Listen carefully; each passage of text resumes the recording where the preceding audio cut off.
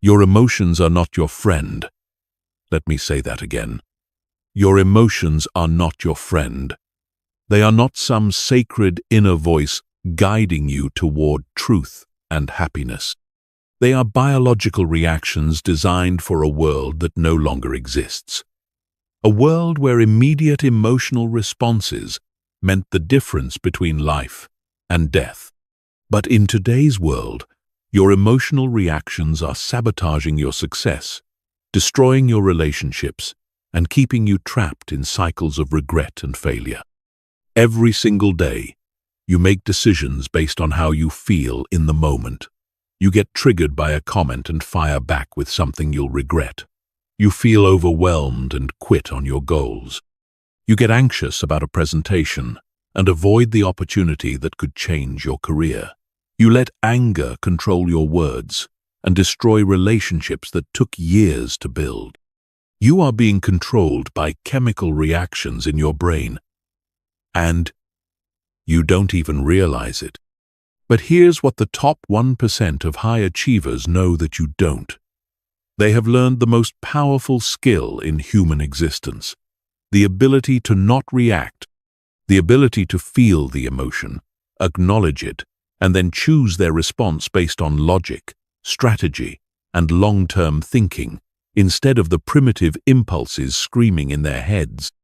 This is not about becoming emotionless. This is not about suppressing your feelings or pretending they don't exist.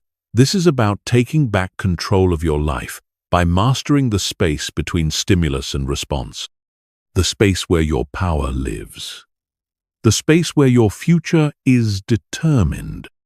By the time you finish this audiobook, you will never be the same person who started listening. You will have the tools, the knowledge, and the mental frameworks to control your emotions instead of being controlled by them. You will learn how to stay calm under pressure, make better decisions when stakes are high, and build the kind of unshakable inner strength that separates winners from everyone else. Chapter 1. The hidden cost of emotional reactivity. Most people have no idea how much their emotional reactions are costing them. They think it's normal to get triggered. They think it's human nature to lose control when things get difficult. They think that strong emotions are a sign of passion and authenticity. They are wrong, dead wrong. And this delusion is destroying their lives in ways they can't even see. Let me paint you a picture of what emotional reactivity actually looks like in the real world. You're in a meeting with your boss and colleagues. Someone challenges your idea in a way that feels disrespectful. Your heart starts racing. Your face gets hot. The voice in your head starts screaming about how unfair this is, how they don't understand your vision, how they're trying to make you look bad.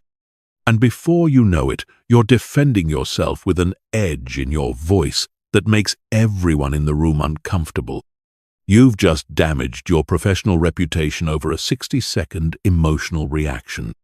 Or maybe you're having an argument with your partner about something relatively minor. They say something that hits a nerve. Instead of staying calm and working toward a solution, you escalate.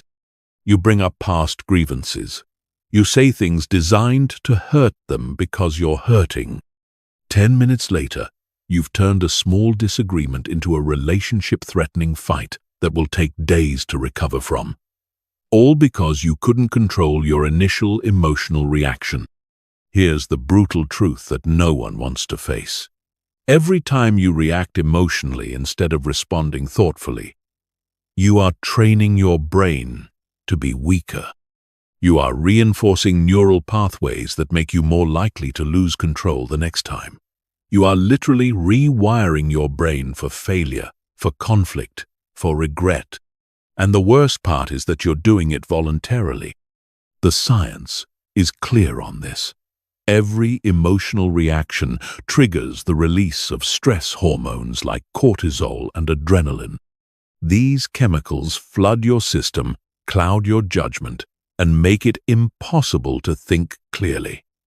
But here's what most people don't realize. These hormones don't just disappear when the situation is over. They stay in your system for hours, sometimes days, affecting every decision you make, every interaction you have, every thought that crosses your mind. This means that one emotional reaction in the morning can sabotage your entire day. That argument with your spouse affects how you perform at work.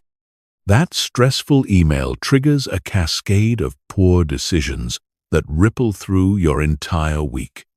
You become trapped in a cycle of reactivity, where each emotional outburst makes the next one more likely. But the cost goes deeper than just your daily performance. Chronic emotional reactivity literally changes your brain structure. Studies using brain imaging technology show that people who regularly lose emotional control have smaller prefrontal cortexes. This is the part of your brain responsible for rational thinking, planning, and impulse control. In other words, the more you react emotionally, the less capable you become of thinking clearly and making good decisions. The financial cost of emotional reactivity is staggering. Think about every opportunity you've missed because you were too angry, too anxious, or too overwhelmed to think straight. Every relationship you've damaged because you couldn't keep your mouth shut when you were upset. Every goal you've abandoned because you felt discouraged and decided to quit. The compound effect of these losses over a lifetime is devastating. I've worked with executives who have lost millions of dollars because they made decisions while angry. I've seen entrepreneurs destroy partnerships that took years to build because they couldn't control their emotional reactions during negotiations. I've watched brilliant people sabotage their own careers by sending emails they wrote while frustrated or making presentations while anxious. The relationship cost is even more heartbreaking. Every time you lose control emotionally with someone you care about, you withdraw trust from the relationship bank account. You create distance. You plant seeds of resentment. Over time, these emotional reactions accumulate and destroy the very relationships that matter most to you. Your children watch how you handle emotions and learn that this is normal. Your partner starts walking on eggshells around you because they never know what might trigger you. Your colleagues begin to see you as unreliable and unstable. Your reputation becomes one of someone who can't be counted on when things get tough. But perhaps the highest cost of emotional reactivity is what it does to your relationship with yourself. Every time you lose control, you lose respect for yourself. You know that you're capable of more. You know that you could have handled the situation better. But in the moment, you felt powerless against your own emotions. This creates a cycle of self-doubt and shame that erodes your confidence from the inside out. The good news is that this is completely within your control. Emotional reactivity is not your destiny. It's not written in your DNA. It's not an unchangeable part of who you are. It's a habit. And like any habit, it can be broken and replaced with something better. The question is whether you're willing to do the work to change it. Chapter 2.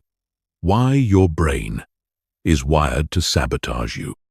To understand how to control your emotions, you first need to understand why your brain seems determined to make you lose control. The truth is, your emotional responses are not random or meaningless. They are the result of millions of years of evolution, designed to keep your ancestors alive in a world full of immediate physical threats. But the world has changed dramatically, and your brain hasn't gotten the memo. Let me introduce you to the most important part of your brain that you've probably never heard of: the amygdala. This small, almond-shaped structure sits deep in your brain and serves as your personal alarm system. Its job is to scan for threats and trigger immediate responses to keep you safe. When your ancestors encountered a saber-toothed tiger, the amygdala would flood their system with adrenaline, shut down rational thinking, and prepare them for fight or flight. This response saved lives. The problem is that your amygdala can't tell the difference between a saber-toothed tiger and an angry email from your boss. It can't distinguish between a physical threat and a social threat. It treats criticism, rejection, embarrassment, and conflict as if they were life or death situations. So when your colleague questions your idea in a meeting, your amygdala sounds the alarm just as if you were being attacked by a predator. This is called an amygdala hijack, and it happens to you more often than you realize. The moment your brain perceives a threat, rational thinking goes offline. Blood flow is redirected away from your prefrontal cortex, the part of your brain responsible for logic, planning, and impulse control, and toward your limbic system, which controls emotional responses. You literally become less intelligent when you're emotionally activated. Here's what makes this even worse. Your amygdala learns from experience, but it's terrible at learning the right lessons. Every time you have an emotional reaction to something, your amygdala files that information away as evidence that the situation was actually dangerous. This means that things that triggered you once become more likely to trigger you again. Your brain is constantly expanding the list of things it considers threats. This is why people who have been hurt in relationships become hypersensitive to any sign of rejection or abandonment. Their amygdala has learned that emotional pain is dangerous, so it starts sounding alarms at the slightest hint that it might happen again. This is why people who have been criticized at work become defensive about any feedback, even when it's constructive and well-intentioned. Your amygdala also has a negativity bias. It's much better at remembering threats than rewards, failures than successes, pain than pleasure. This made sense when survival was the primary concern, because forgetting about a threat could get you killed, while forgetting about a reward was just unfortunate. But in today's world, this negativity bias means your brain is constantly looking for problems, dangers, and reasons to be upset. Another crucial factor is that your amygdala processes information much faster than your rational mind. It can identify a threat and trigger an emotional response in as little as 12 milliseconds. Your prefrontal cortex, the rational part of your brain, takes at least 500 milliseconds to process the same information. This means you're reacting emotionally long before you have a chance to think rationally about what's actually happening. This is why you sometimes find yourself getting angry or anxious and then wondering why. Your emotional brain has already decided there's a threat and started preparing your body for action before your rational brain even knows what's going on.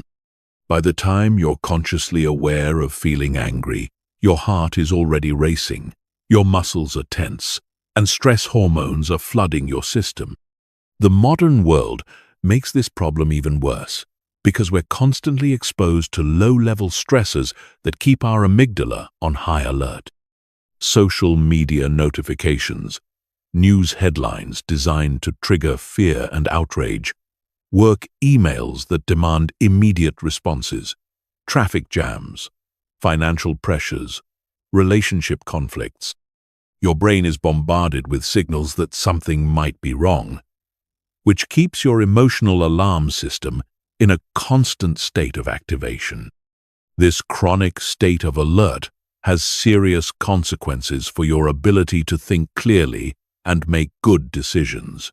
When your amygdala is constantly activated, it becomes hypersensitive.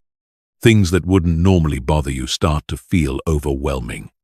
Your threshold for emotional reactions gets lower and lower until even minor inconveniences can trigger major emotional responses. Sleep deprivation makes this even worse. When you don't get enough quality sleep, your amygdala becomes 40% more reactive, to negative stimuli. This means you're literally more likely to lose emotional control when you're tired. Stress, poor nutrition, lack of exercise, and dehydration all have similar effects on your brain's ability to regulate emotions. But here's the part that will change everything for you. Understanding that your emotional reactions are automatic doesn't mean you're powerless against them. It means you can learn to work with your brain instead of against it. You can train your prefrontal cortex to override your amygdala. You can build new neural pathways that support emotional control instead of emotional reactivity. The key is recognizing that there is always a gap between the trigger and your response. It might be microseconds, but it exists. And in that gap lies your power. That's where you can choose to respond instead of react. That's where you can take back control of your life. Chapter 3. The 4 levels of emotional mastery. Not all emotional control is created equal.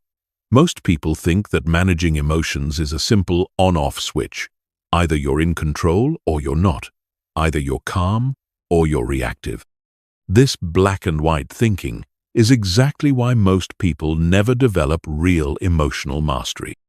True emotional control exists on 4 distinct levels, and understanding these levels is crucial for developing the kind of unshakable inner strength that separates champions from everyone else. Level 1 is unconscious reactivity. This is where most people spend their entire lives. At this level, you are completely at the mercy of your emotions. You feel something, and you immediately act on it without any conscious choice in the matter. Someone says something that bothers you, and you fire back instantly. You feel anxious about a situation, and you avoid it without thinking. You get excited about an opportunity, and you make impulsive decisions that you later regret.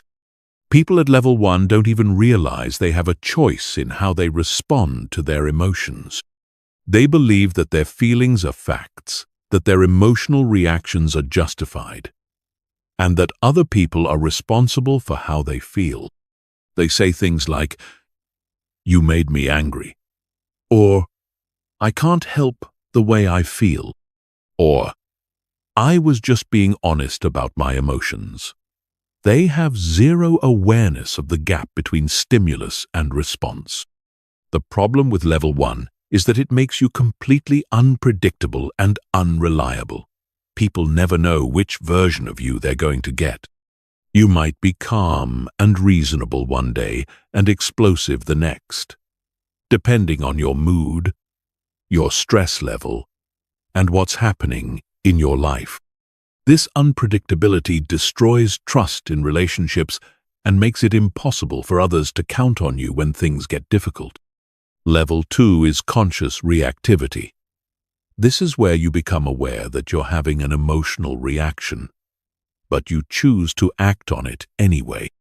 You know you're angry. You know you're about to say something you'll regret, but you do it anyway because it feels justified in the moment. You recognize that you're being controlled by your emotions, but you tell yourself that this situation is different, that this time your reaction is warranted. People at level 2 often justify their emotional reactions by focusing on the behavior of others. They say things like, "Yes, I lost my temper, but did you see what they did to me?" Or, "I know I shouldn't have sent that email, but they had it coming." They have awareness but no real control. They see the gap between stimulus and response, but choose not to use it. Level 2 is actually more frustrating than level 1 because you know better, but you still can't seem to stop yourself. You become trapped in a cycle of emotional reactions, followed by guilt and regret, followed by promises to do better next time, followed by more emotional reactions. This creates a pattern of self-disappointment that erodes your confidence and self-respect over time. Level 3 is conscious response. This is where real emotional mastery begins. At this level, you feel the emotion, You recognize it for what it is, and you consciously choose how to respond based on your values and your long-term goals rather than your immediate feelings. You might feel angry, but you choose to speak calmly. You might feel anxious, but you choose to take action anyway. You might feel disappointed, but you choose to focus on solutions rather than dwelling on problems. People at level 3 understand that emotions are information, not instructions. They recognize that feeling angry doesn't mean they have to act angry. They know that feeling anxious doesn't mean they're in actual danger. They have learned to create space between what they feel and how they respond, and they use that space to make choices that align with who they want to be, rather than how they happen to feel in the moment. This level requires significant practice and self-awareness. You have to become skilled at recognizing your emotional states as they arise, understanding what triggers them, and having a repertoire of alternative responses ready to deploy. You have to train yourself to pause, breathe, and think before you act. This doesn't happen overnight, but it is absolutely achievable with consistent effort. Level 4 is emotional alchemy. This is the highest level of emotional mastery, where you not only control your response to emotions, but actually transform the emotions themselves. Instead of just managing anger, you transform it into motivation. Instead of just coping with fear, you transform it into excitement. Instead of just dealing with disappointment, you transform it into curiosity about what you can learn from the experience. People at level 4 have developed such a deep understanding of their emotional patterns that they can often prevent negative emotions from arising in the first place. They have restructured their thinking patterns, their beliefs, and their mental models in ways that naturally generate more positive emotional states. When negative emotions do arise, they have the skills to quickly transform them into something more useful.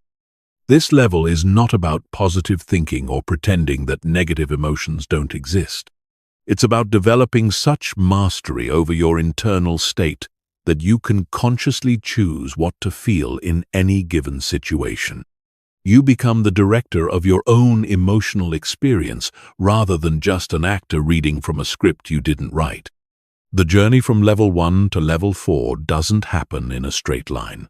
You might be at level 3 in some areas of your life and level 1 in others. You might handle work stress like a champion, but completely lose control when dealing with family drama. The goal is not perfection, but progress. Each level represents a significant upgrade in your ability to create the life you want, rather than just reacting to the life that happens to you. Most people never make it past level 2 because they don't understand that emotional mastery is a skill that can be developed. They think that some people are just naturally good at controlling their emotions while others aren't. This is completely false. Emotional control is like physical fitness. Some people might have better genetics, but anyone can get stronger with consistent training. The question you need to ask yourself is this: what level are you operating at right now? And more importantly, what level do you want to be operating at? Because once you make the decision to upgrade your emotional operating system, everything in your life will begin to change. Chapter 4: The Stop Method for Immediate Emotional Control. When you're in the middle of an emotional reaction, when your heart is racing and your mind is spinning, and every instinct in your body is telling you to lash out or run away or do something you'll regret, you need a system. You need a method that you can deploy immediately, in real time, to regain control before you do permanent damage to your relationships, your reputation, or your goals. Most advice about emotional control is useless in these moments because it requires you to think clearly when thinking clearly is exactly what you can't do. When you're emotionally hijacked, Your prefrontal cortex is offline. You can't access complex strategies or remember detailed frameworks. You need something simple, something automatic, something that works even when your rational mind has temporarily left the building. This is where the STOP method comes in. 4 letters that represent 4 actions you can take in sequence to interrupt an emotional reaction and regain control of yourself before you make decisions you'll regret. This method is based on decades of neuroscience research and has been tested in the most high-pressure situations imaginable, from emergency rooms to battlefields to boardrooms. S stands for STOP. The moment you notice that you're having an emotional reaction, you must physically stop whatever you're doing. If you're typing an angry email, take your hands off the keyboard. If you're in the middle of an argument, close your mouth. If you're about to make an impulsive decision, step away from the situation. This physical stopping action sends a signal to your brain that you're taking control. The key to making this work is developing the ability to recognize the early warning signs of emotional activation. Your body always gives you clues before your emotions completely take over. Your heart starts beating faster. Your muscles tense up. Your breathing becomes shallow. You feel heat rising in your face or a knot forming in your stomach. These physical sensations are your cue to stop everything and implement the method. Most people miss these early warning signs because they're not paying attention to their bodies. They're lost in their thoughts, focused on the external situation, completely unaware of what's happening internally until they're already in full reaction mode. Learning to tune into your physical sensations is like installing an early warning system that gives you time to implement control strategies before it's too late. The stop action needs to be decisive and complete. You can't sort of stop or partially stop. You have to completely disengage from whatever you were doing. This might feel awkward at first, especially if you're in the middle of a conversation or a meeting. But the temporary awkwardness of stopping is nothing compared to the lasting damage of saying or doing something you'll regret. T stands for take a breath. Not just any breath, but a specific type of breathing that activates your parasympathetic nervous system and begins to calm your emotional reaction. You're going to breathe in slowly through your nose for a count of 4. Hold your breath for a count of 4. Then breathe out slowly through your mouth for a count of 6. This is called box breathing, and it's used by Navy SEALs, emergency responders, and elite athletes to maintain calm under extreme pressure. The reason this breathing pattern works is that it stimulates your vagus nerve, which is like a reset button for your nervous system. When you're emotionally activated, your sympathetic nervous system is in control, flooding your body with stress hormones and preparing you for fight or flight. The extended exhale activates your parasympathetic nervous system, which is responsible for rest and recovery. This begins to counteract the stress response and helps restore rational thinking. You need to repeat this breathing pattern at least 3 times, but continue for as long as necessary to feel your heart rate beginning to slow down. Don't rush this step. The goal is not just to calm down enough to function, but to calm down enough to think clearly and make good decisions. This might take 30 seconds, or it might take 5 minutes. Give yourself whatever time you need. O stands for observe. Now that you've stopped the action and begun to regulate your nervous system, you need to objectively observe what's actually happening, both internally and externally. What emotion are you feeling? What thoughts are running through your mind? What physical sensations are you experiencing? What is actually happening in the external situation, as opposed to what you're interpreting or assuming is happening? This observation step is crucial because emotional reactions are often based on interpretations rather than facts. Someone doesn't return your text message, and you interpret that as rejection or disrespect, when they might just be busy. A colleague challenges your idea, and you interpret that as a personal attack, when they might just be trying to make the project better. Your partner seems distant, and you interpret that as evidence they don't love you anymore, when they might just be stressed about work. During the observe step, you want to separate facts from interpretations. What did the person actually say or do?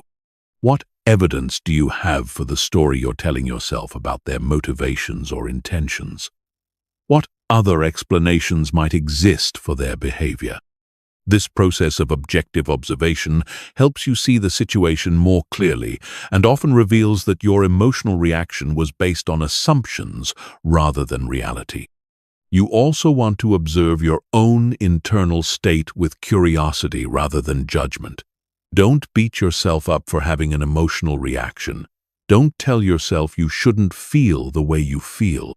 Just notice what's happening with the same objective interest you might have in watching a nature documentary. This emotional is arising. This thought pattern is active. This physical sensation is present. Information, not evaluation. P stands for proceed. Now that you've stopped the reactive behavior, regulated your nervous system, and objectively observed the situation, you can proceed with a conscious response rather than an unconscious reaction. But this doesn't mean jumping right back into action. The proceed step involves making a conscious choice about how you want to respond based on your values, your goals, and your long-term interests, rather than your immediate emotional impulses. Ask yourself what response would be most aligned with the person you want to be and the outcome you want to create. If your goal is to maintain a good relationship with this person, what response would serve that goal? If your goal is to solve a problem, what response would be most effective? If your goal is to maintain your reputation and integrity, what response would support that goal?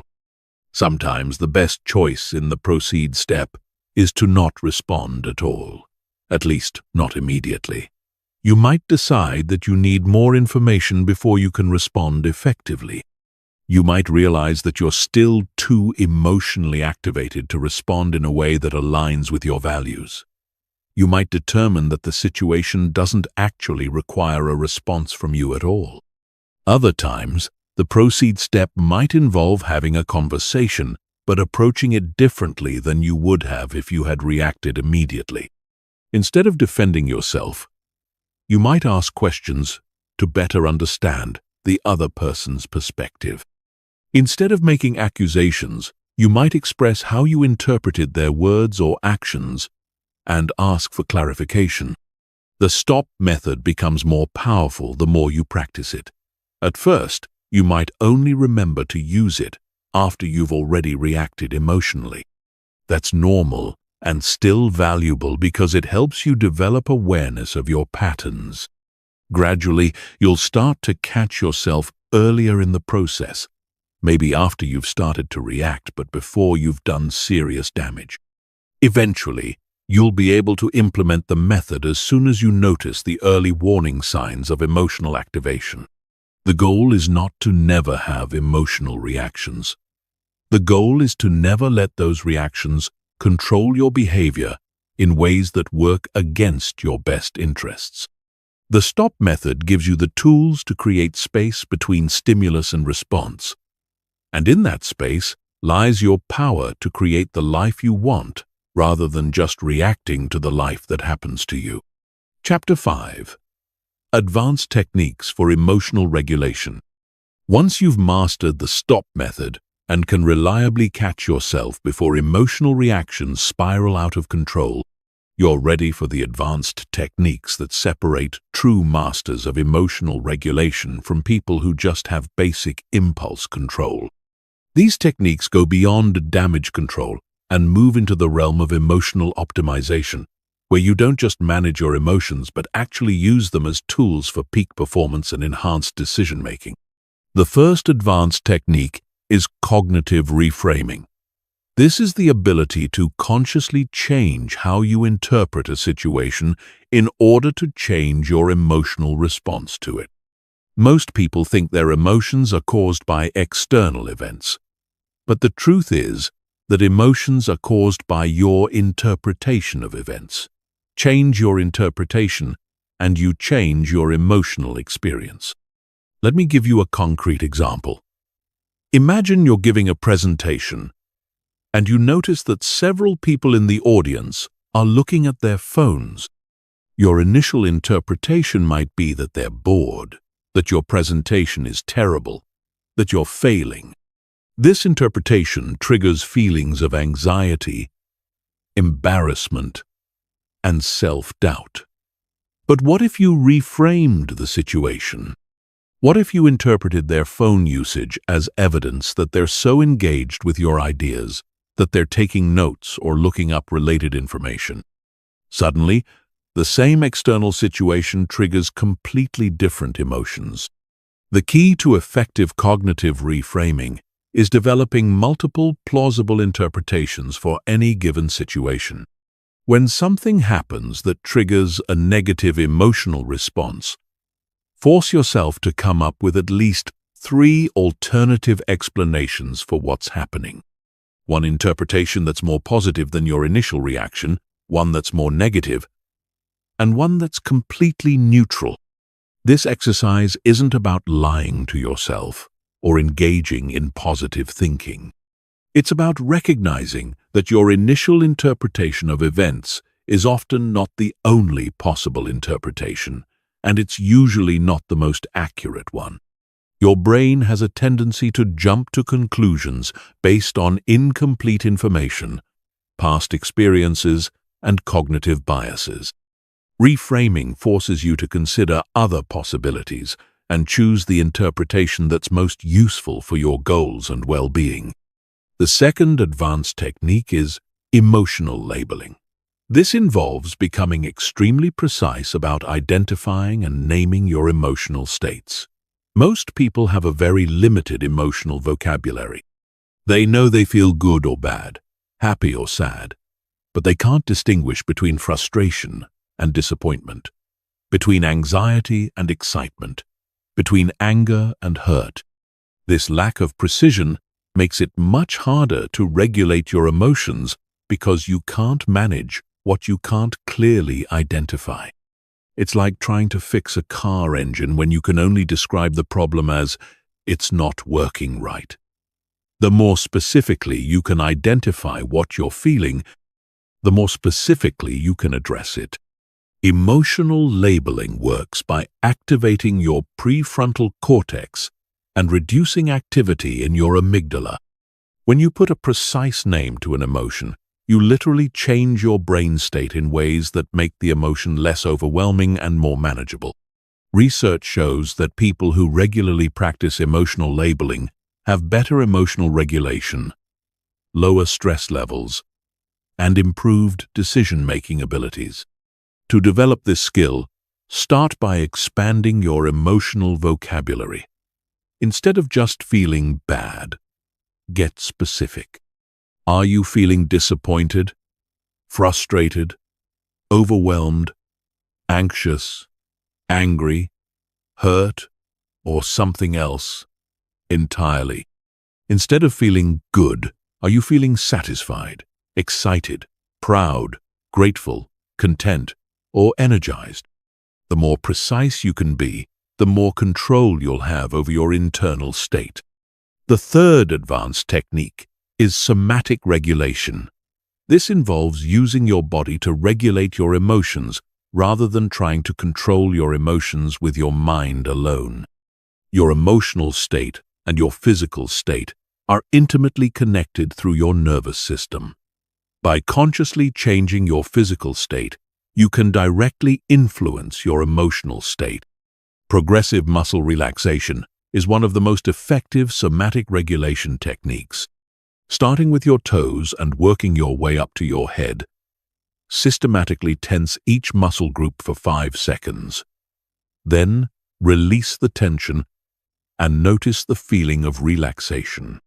This process helps discharge the physical energy that builds up during emotional activation and sends a signal to your nervous system that it's safe to relax. Cold exposure is another powerful somatic regulation tool.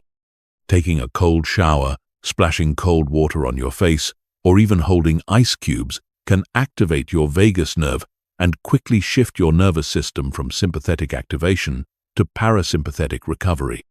The shock of the cold forces your body to adapt, which builds resilience and improves your ability to handle stress and emotional intensity. Movement and exercise are also crucial for emotional regulation. When you're emotionally activated, your body is prepared for action. If you don't provide an outlet for that energy, it stays trapped in your system and maintains the emotional state. Even a few minutes of vigorous movement can help process the energy and return your system to baseline. The fourth advanced technique is timeline reframing. This involves consciously shifting your perspective on time to reduce the emotional impact of current difficulties. When you're in the middle of an emotional reaction, your brain has a tendency to catastrophize and assume that current problems will last forever or have permanent consequences. Timeline reframing works by asking yourself how you'll feel about the current situation in different time frames. How will you feel about this in 1 hour, 1 day, 1 week, 1 month, 1 year? This exercise helps put temporary problems in perspective and reduces the emotional charge around them. You can also use timeline reframing to connect with your future self. Imagine yourself 5 years from now, having successfully navigated this situation and many others like it. What advice would that future version of yourself give you about how to handle the current challenge? This perspective often reveals that the situation is less serious than it initially appeared and suggests more effective responses than emotional reactivity. The fifth advanced technique is energy management. This recognizes that your capacity for emotional regulation is not unlimited. You have a finite amount of mental energy each day, and emotional regulation requires a significant portion of that energy.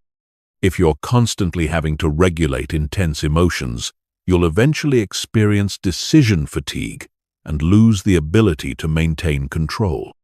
Energy management involves being strategic about when and where you expend your emotional regulation resources.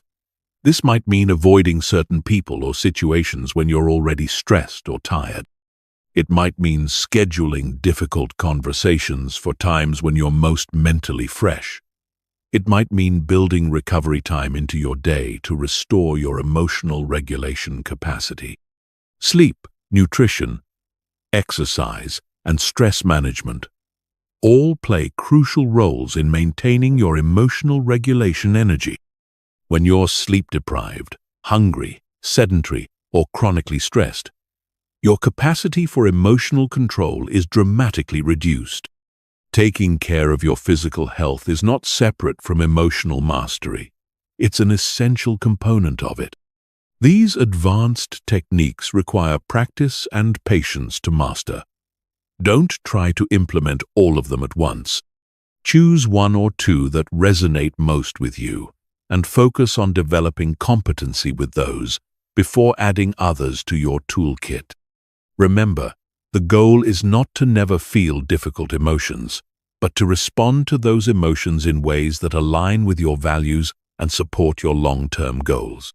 With consistent practice, these techniques will become automatic responses that serve you in any situation life presents. Chapter 6. Building Emotional Resilience for Long-Term Success. Controlling your emotions in the moment is crucial, but it's only half of the equation. The other half is building the kind of deep, unshakable emotional resilience that makes you anti-fragile. Not just strong enough to survive emotional challenges, but actually stronger because of them. This is what separates people who occasionally manage their emotions from people who have transformed their entire relationship with difficulty, stress, and adversity. Most people approach emotional resilience completely backwards.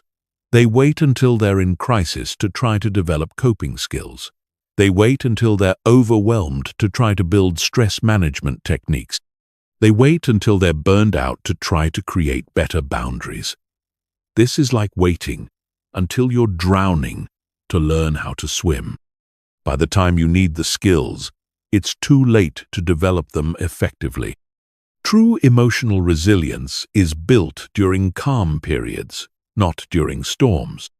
It's developed through consistent daily practices that strengthen your emotional immune system so that when challenges arise, you're already prepared to handle them with grace and effectiveness. Just like physical fitness, emotional fitness requires regular training, not just crisis intervention. The foundation of emotional resilience is what I call baseline optimization. This is the daily maintenance of your mental, emotional, and physical state that keeps you operating at peak capacity. When your baseline is strong, you can handle much more stress and challenge before reaching your breaking point. When your baseline is weak, even minor difficulties can overwhelm your system. Sleep is the non-negotiable foundation of baseline optimization. When you're sleep-deprived, your amygdala becomes hyperactive, while your prefrontal cortex becomes sluggish. This means you're more likely to have emotional reactions and less able to control them. The research is absolutely clear on this. People who sleep less than 7 hours per night have dramatically reduced emotional regulation capacity. But it's not just about quantity of sleep, it's about quality. Your bedroom needs to be completely dark, cool, and quiet. No screens for at least an hour before bed. No caffeine after 2 p.m. A consistent sleep schedule that doesn't vary by more than 30 minutes, even on weekends. These aren't suggestions, they're requirements if you want to maintain emotional control under pressure. Nutrition plays a massive role in emotional stability that most people completely ignore.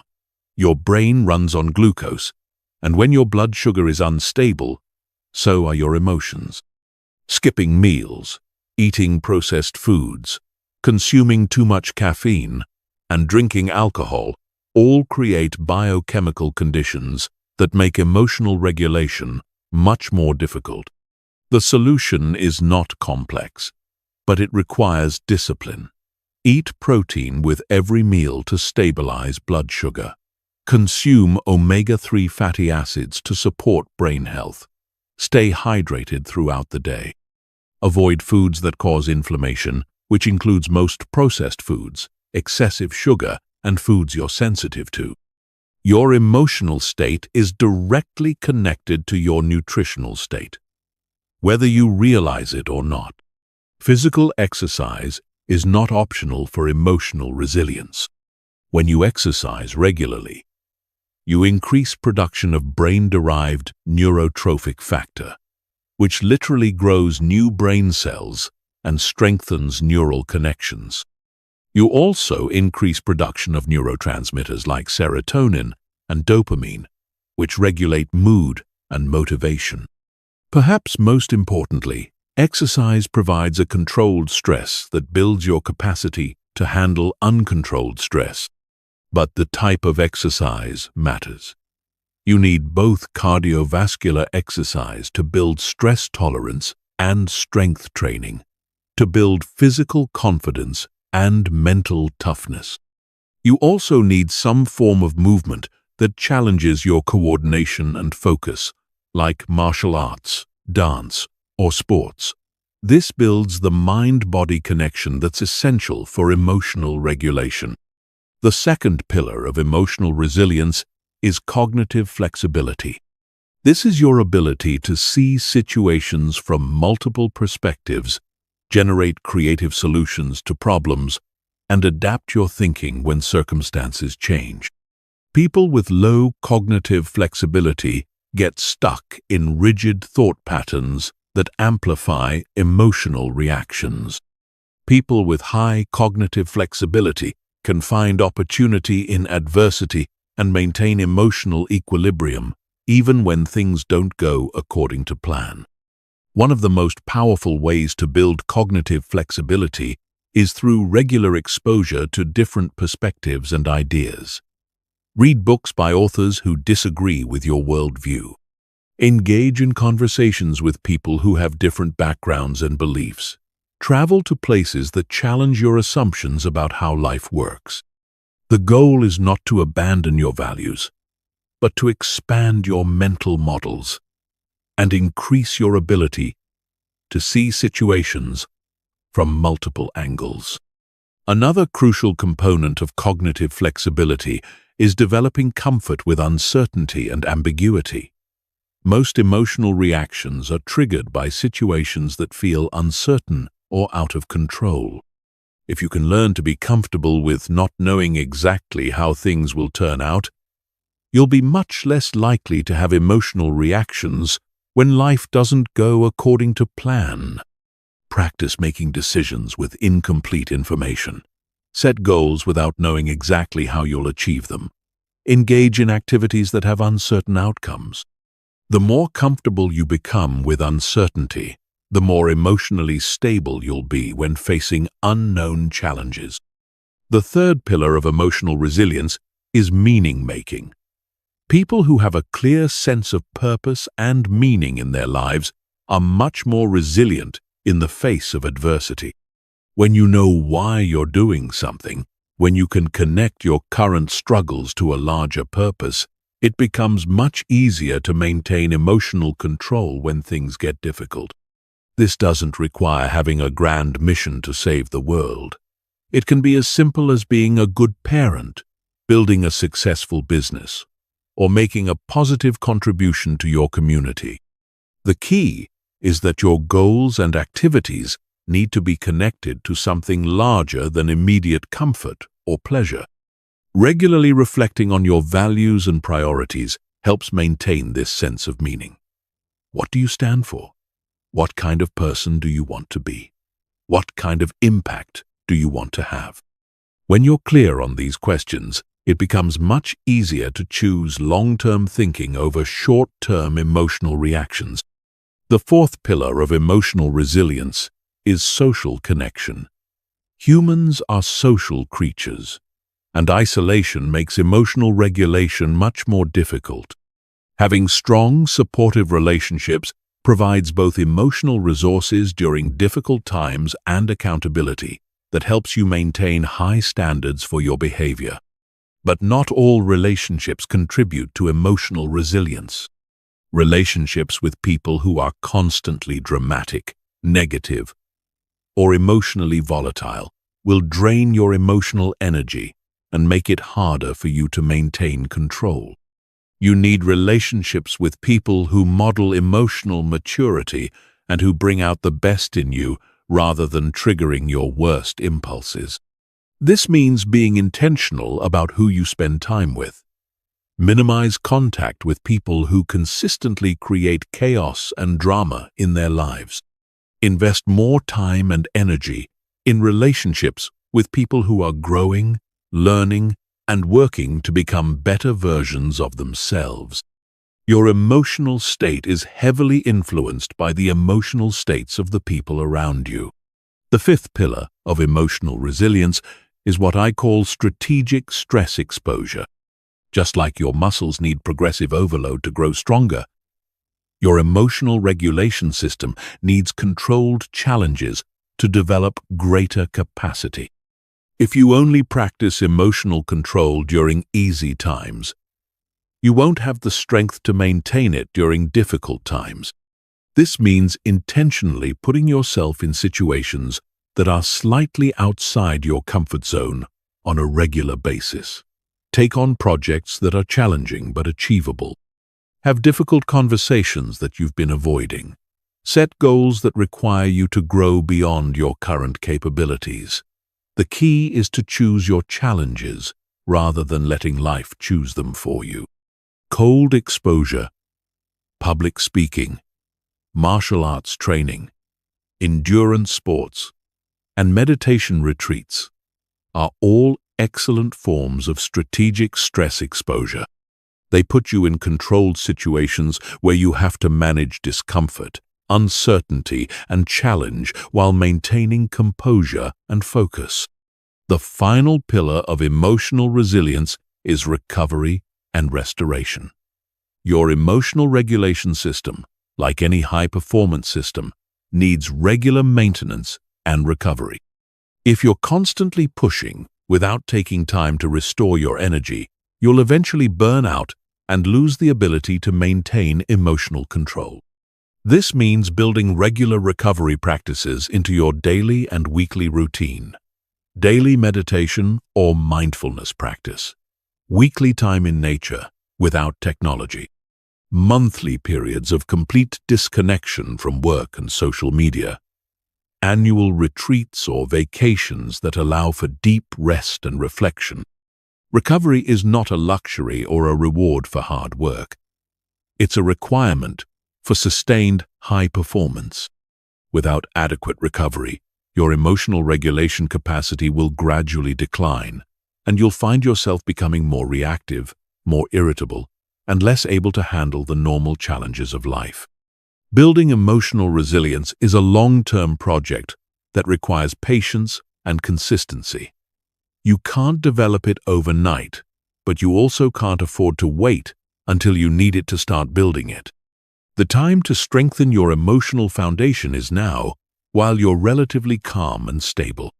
Because when the storms of life hit, and they will hit, you want to be the person who remains unshakable while others are falling apart around you. Chapter 7. The Neuroscience of Emotional Transformation. Everything I've taught you so far becomes infinitely more powerful when you understand what's actually happening in your brain when you practice emotional control. This isn't just feel-good psychology or ancient wisdom, though both have their place. This is hard science. Measurable, repeatable, documented changes in brain structure and function that occur when you consistently practice the techniques of emotional mastery. Understanding the neuroscience behind emotional transformation serves two crucial purposes. First, it gives you confidence that the work you're doing is actually creating real, lasting change, not just temporary improvements. Second, it helps you optimize your practice by understanding which specific actions create the most significant neurological changes. Let's start with neuroplasticity, which is your brain's ability to reorganize itself by forming new neural connections throughout your life. For most of human history, scientists believed that adult brains were fixed and unchangeable. If you had certain emotional patterns or tendencies, you were stuck with them for life. We now know this is completely false.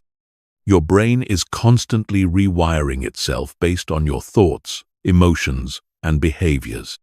Every time you choose a thoughtful response over an emotional reaction, you strengthen the neural pathways associated with self-control and weaken the pathways associated with reactivity.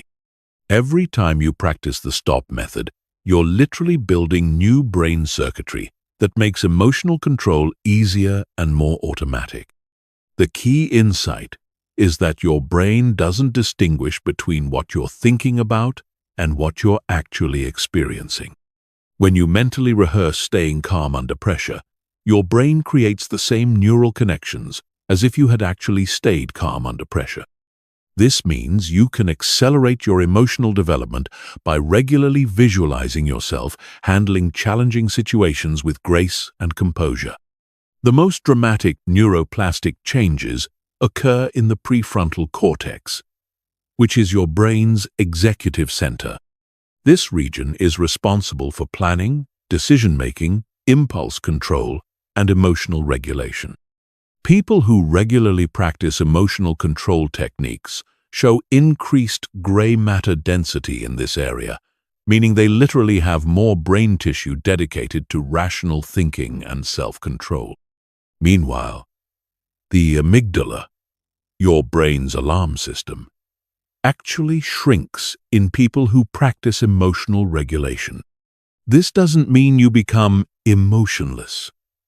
It means your threat detection system becomes more accurate and less likely to trigger false alarms. You develop the ability to distinguish between real threats that require immediate action and perceived threats that can be handled through thoughtful response. The anterior cingulate cortex is another crucial region that changes with emotional training. This area is responsible for attention regulation and conflict monitoring. It helps you notice when you're having an emotional reaction and redirects your attention toward more constructive responses. People with stronger anterior cingulate cortexes are better at catching themselves before emotional reactions spiral out of control. The insula, which processes bodily sensations and connects them to emotional experiences, also becomes more developed in people who practice emotional awareness. This enhanced body awareness is what allows you to notice the early warning signs of emotional activation before they become full-blown reactions. You become more sensitive to changes in heart rate, muscle tension, breathing patterns, and other physical indicators of emotional state. One of the most fascinating discoveries in neuroscience is that emotional regulation practice actually changes the default mode network of your brain. This is the network of brain regions that's active when you're not focused on a specific task, often called the monkey mind, because it tends to jump from thought to thought without direction. In people who don't practice emotional control, the default mode network tends to generate repetitive, often negative thought patterns. Worry, rumination, self-criticism, and anxiety become the brain's default state.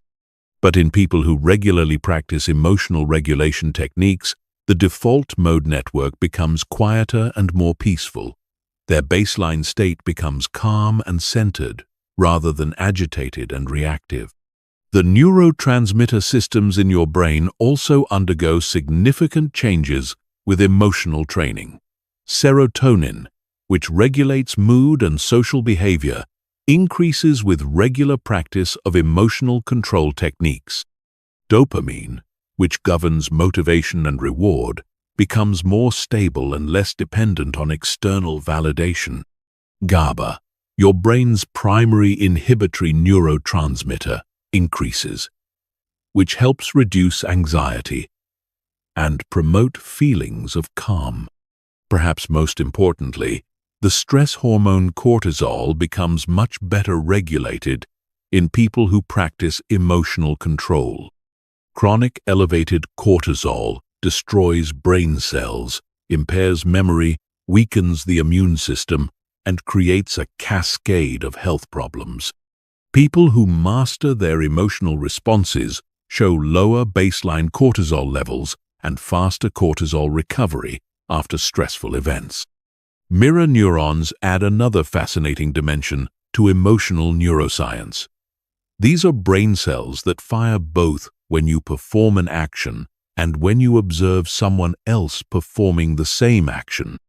This means that spending time with people who have good emotional control literally trains your brain to have better emotional control. Conversely, spending time with emotionally reactive people trains your brain to be more reactive. This is why the social environment you choose has such a profound impact on your emotional development. You're not just influenced by other people's behavior. Your brain is actually mimicking their neural patterns through mirror neuron activity.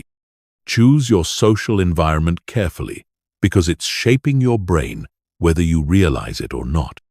The research on meditation and mindfulness provides some of the clearest evidence of how emotional practices change brain structure. Studies using brain imaging technology show that just 8 weeks of regular meditation practice creates measurable changes in brain structure. The hippocampus, associated with learning and memory, increases in size. The amygdala decreases in reactivity.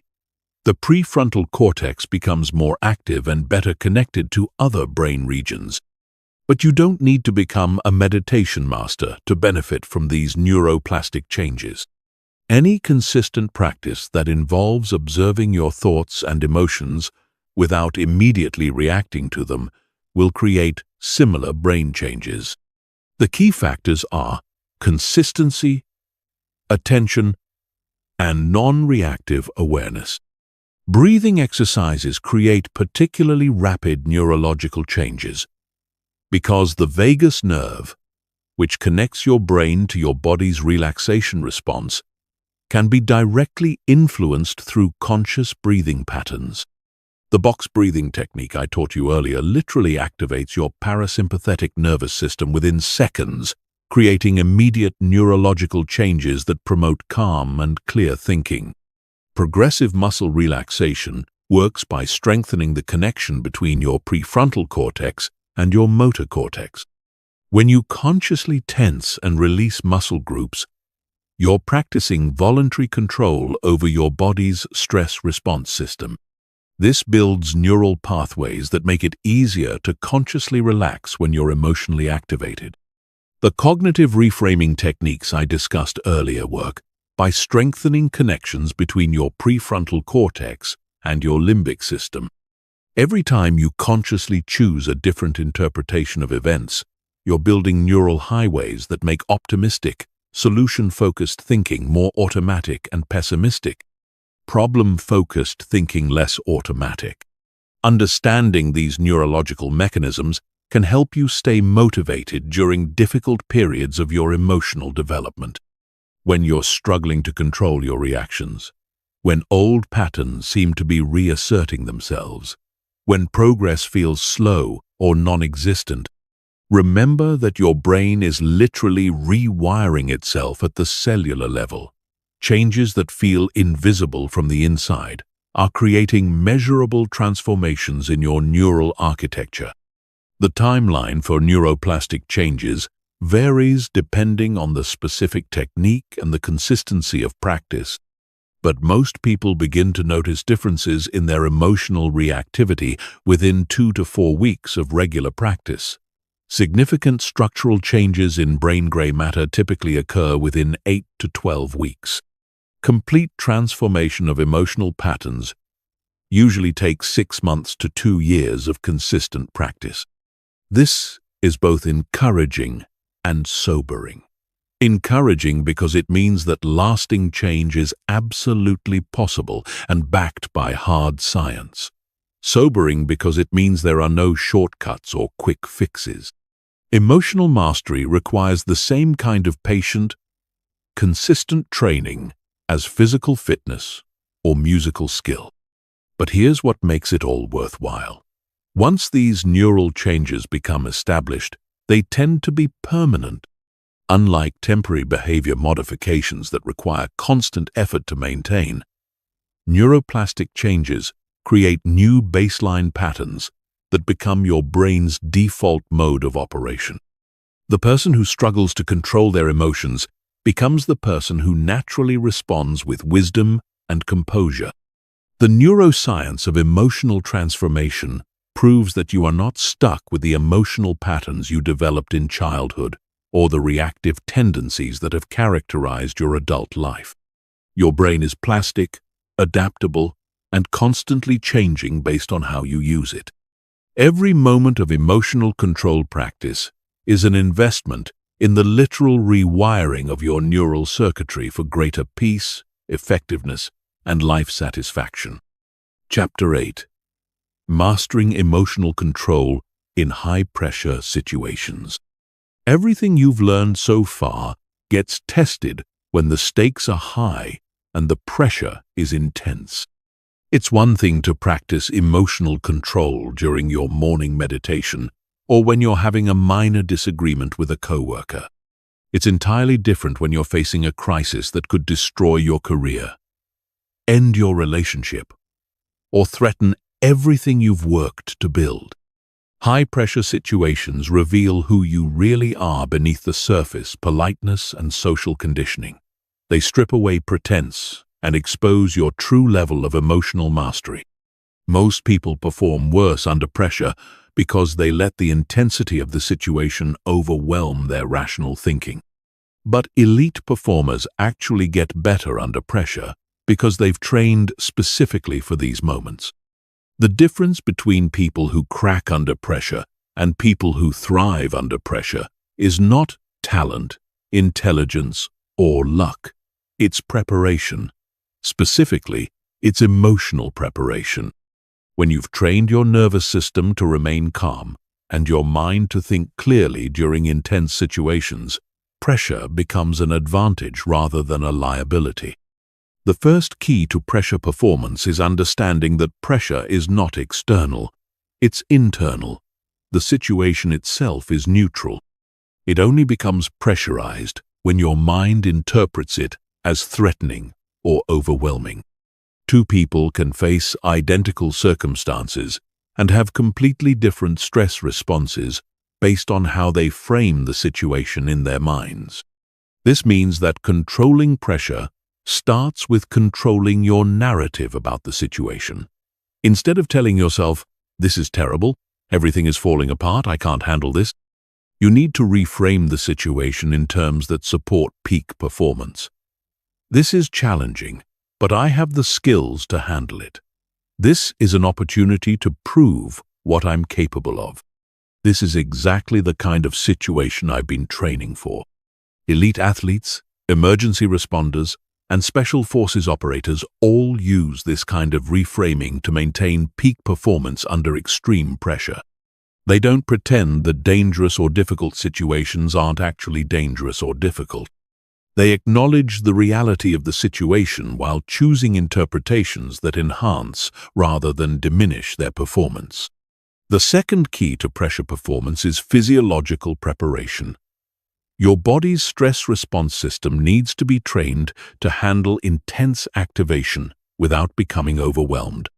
This is where the concept of stress inoculation becomes crucial. Just like vaccines expose your immune system to small amounts of a pathogen to build resistance, stress inoculation exposes your nervous system to controlled amounts of stress to build resilience. Cold exposure is one of the most effective forms of stress inoculation. When you deliberately expose yourself to cold water or cold air, you activate the same stress response systems that are triggered during high-pressure situations. But because you're choosing the exposure voluntarily, you can practice maintaining calm and clear thinking while your body is in a state of physiological stress.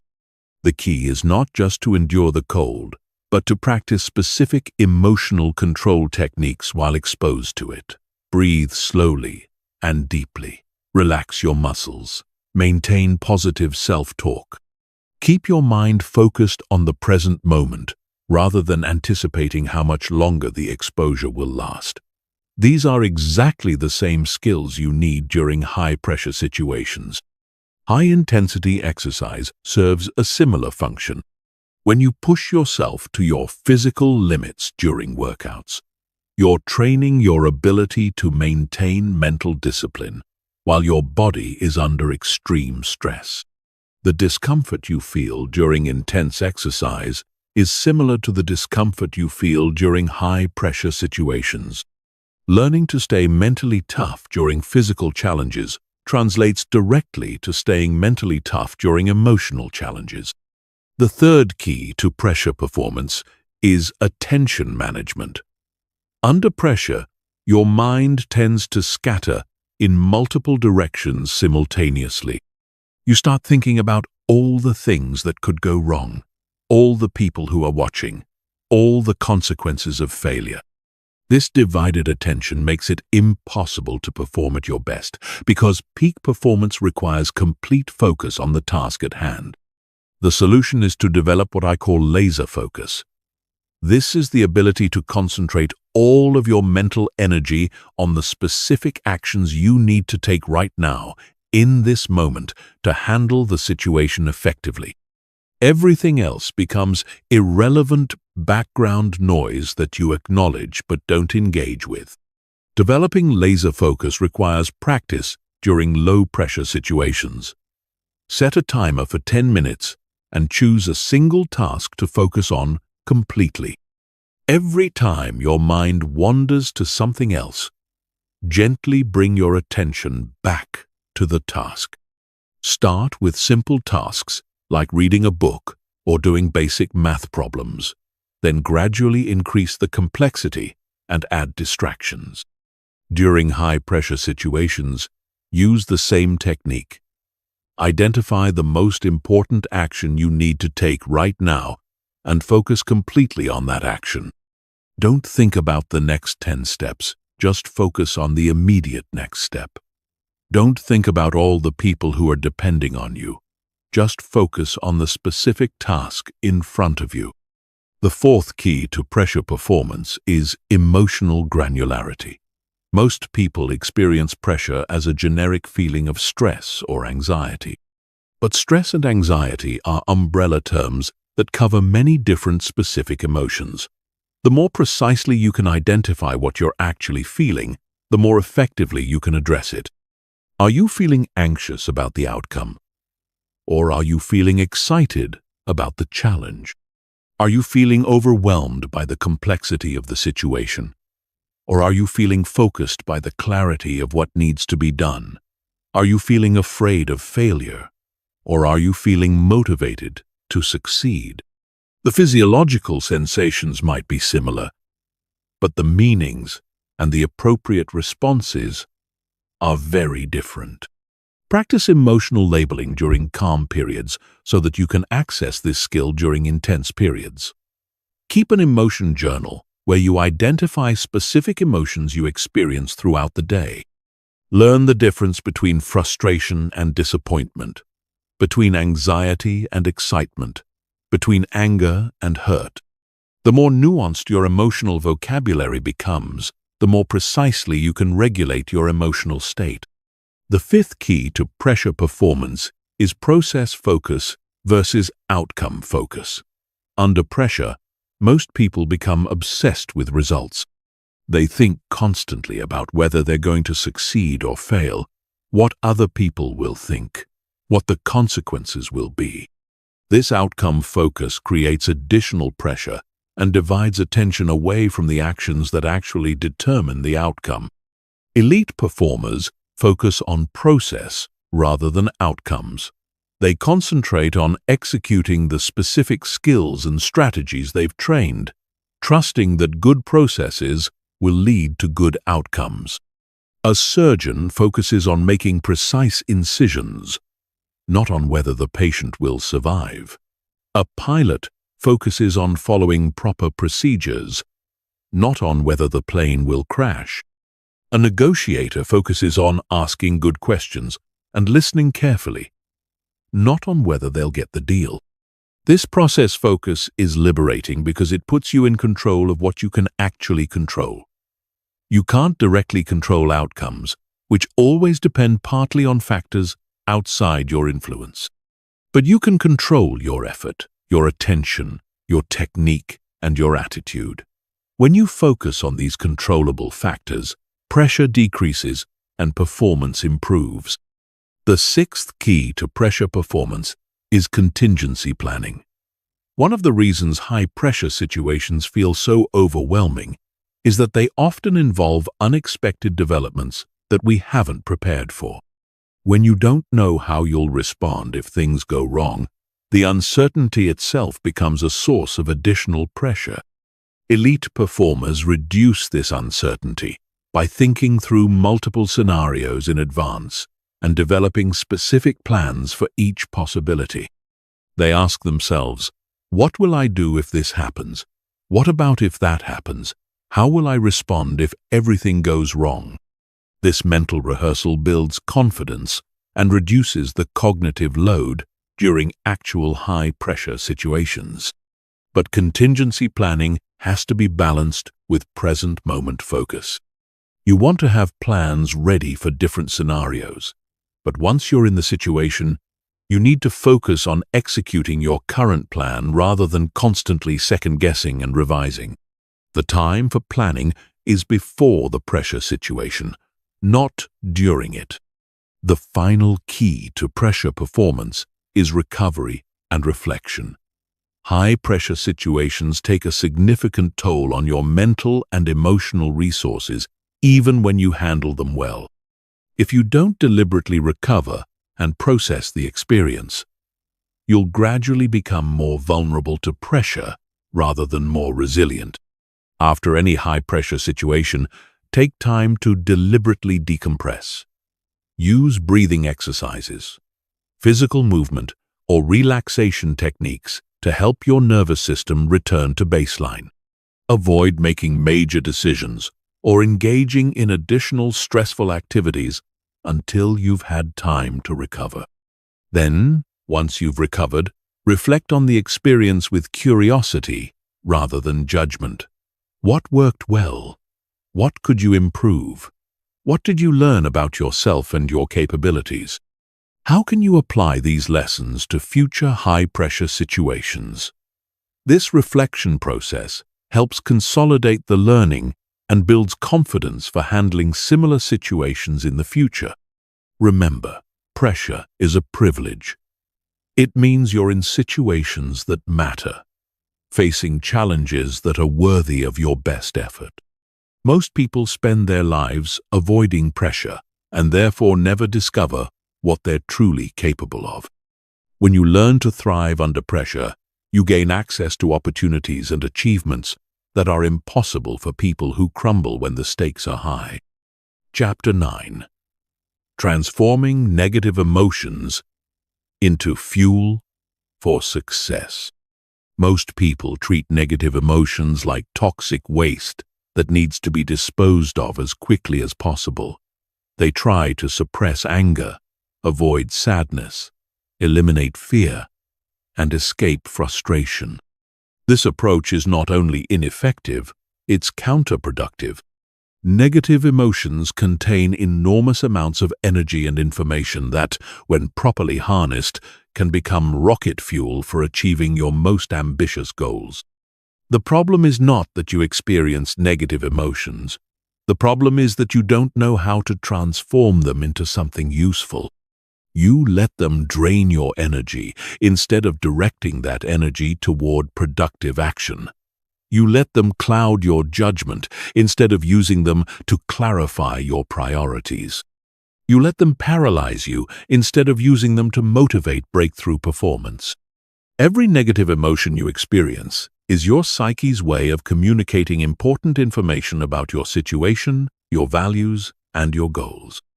Anger tells you that something important to you is being threatened or violated. Fear tells you that you're facing uncertainty or potential loss. Sadness tells you that you've lost something valuable or meaningful. Frustration tells you that you're being blocked from something you want.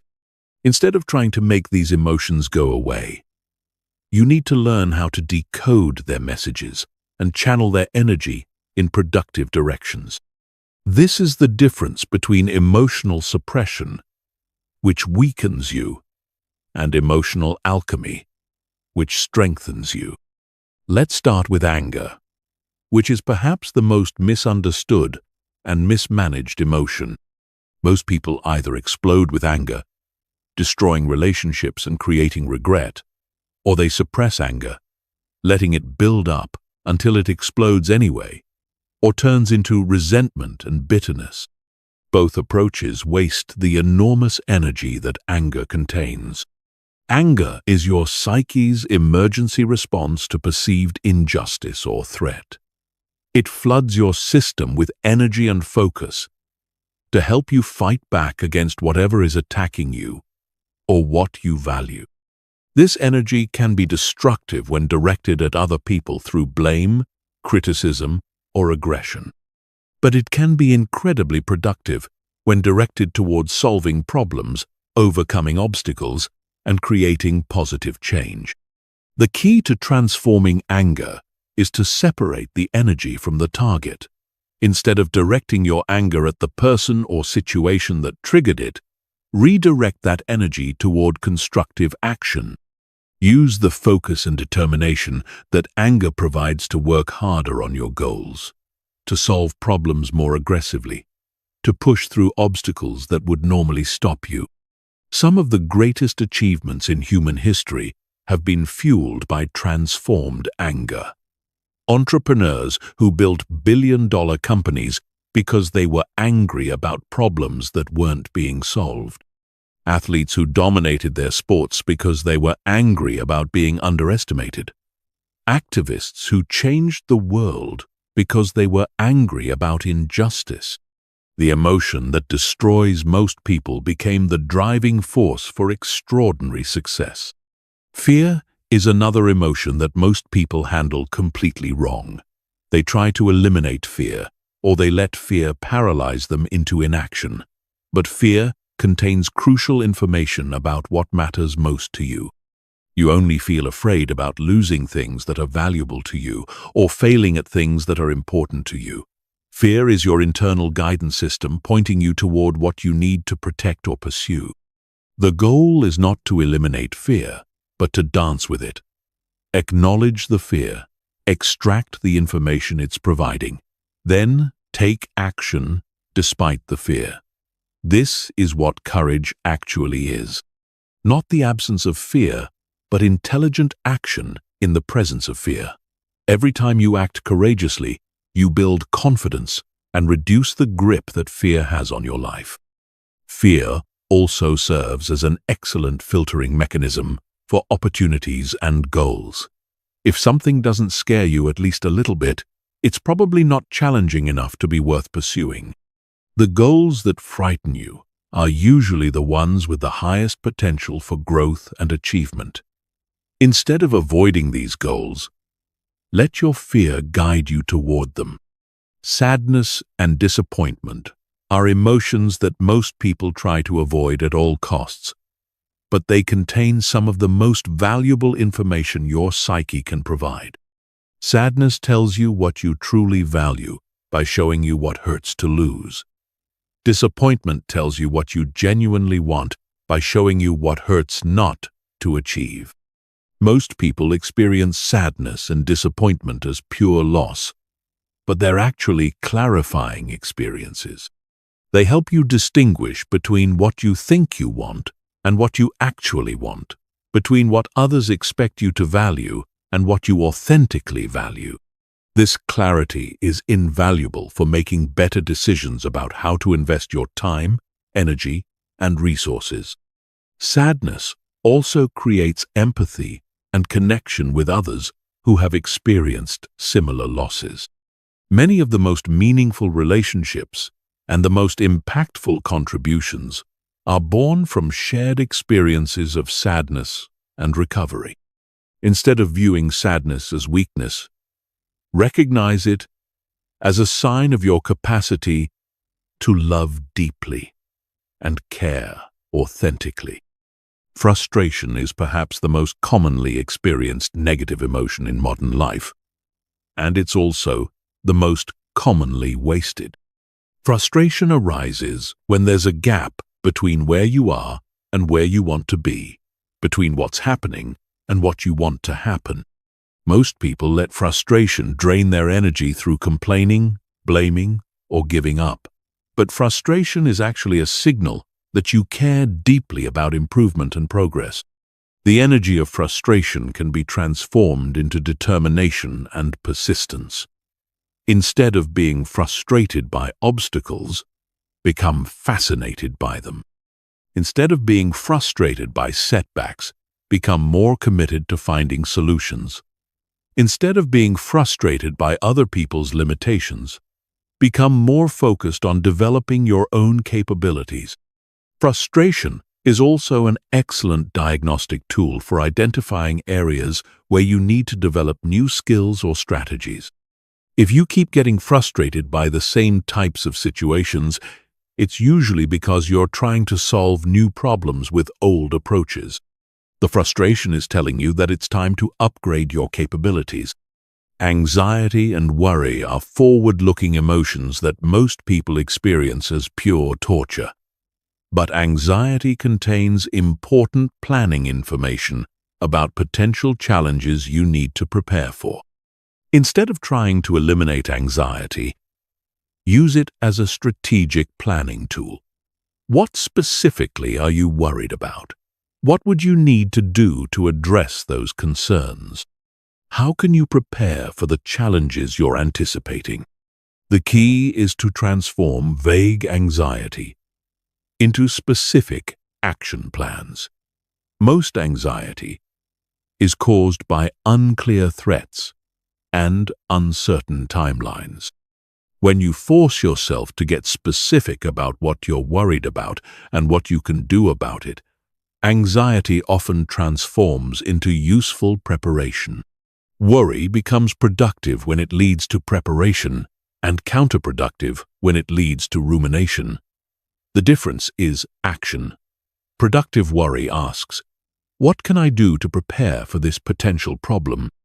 Counterproductive worry asks, "What if this terrible thing happens?"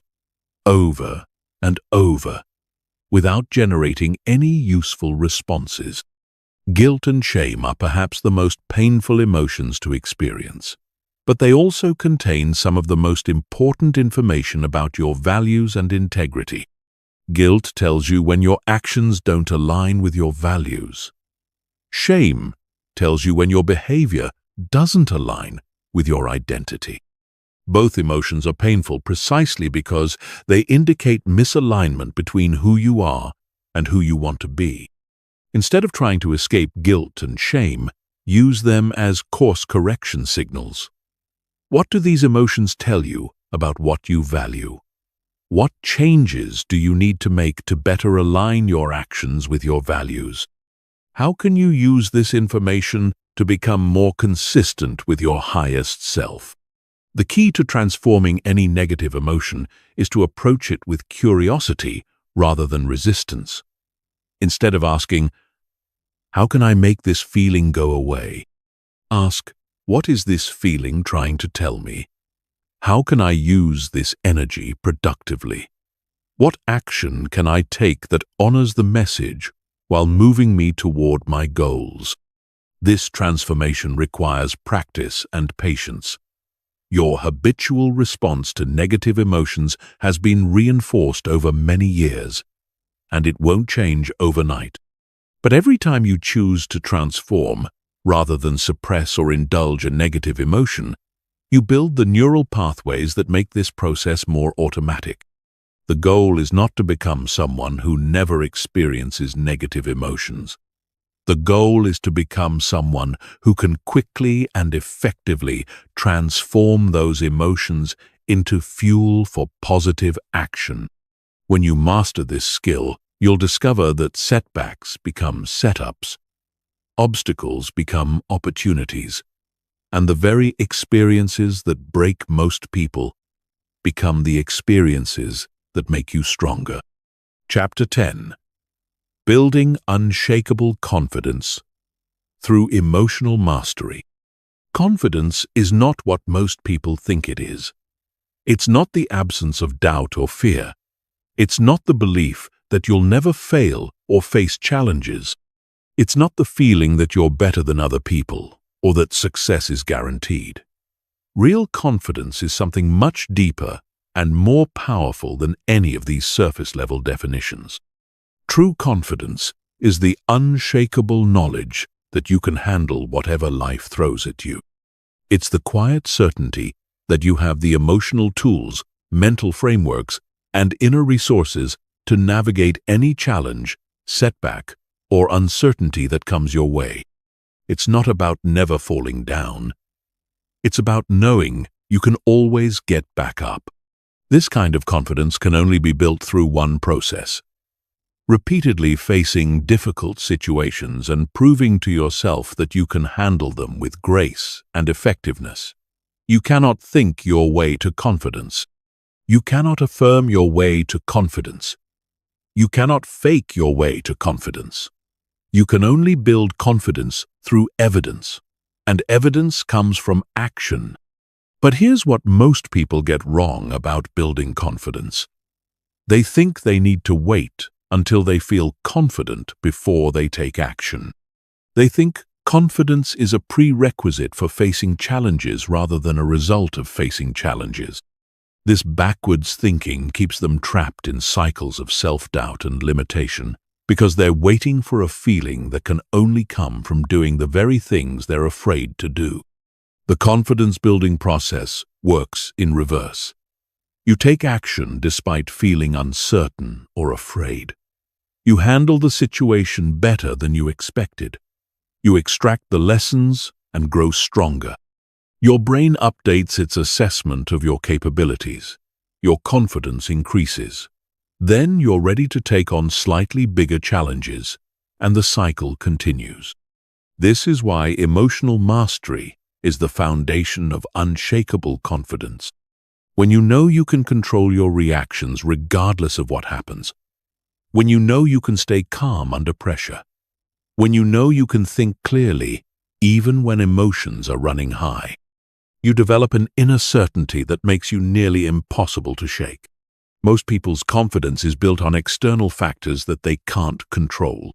They feel confident when things are going well, when other people approve of them, when they're successful by conventional standards. But this kind of confidence is fragile because it depends on circumstances that can change at any moment.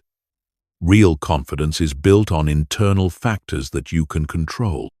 The first pillar of unshakable confidence is emotional self-reliance.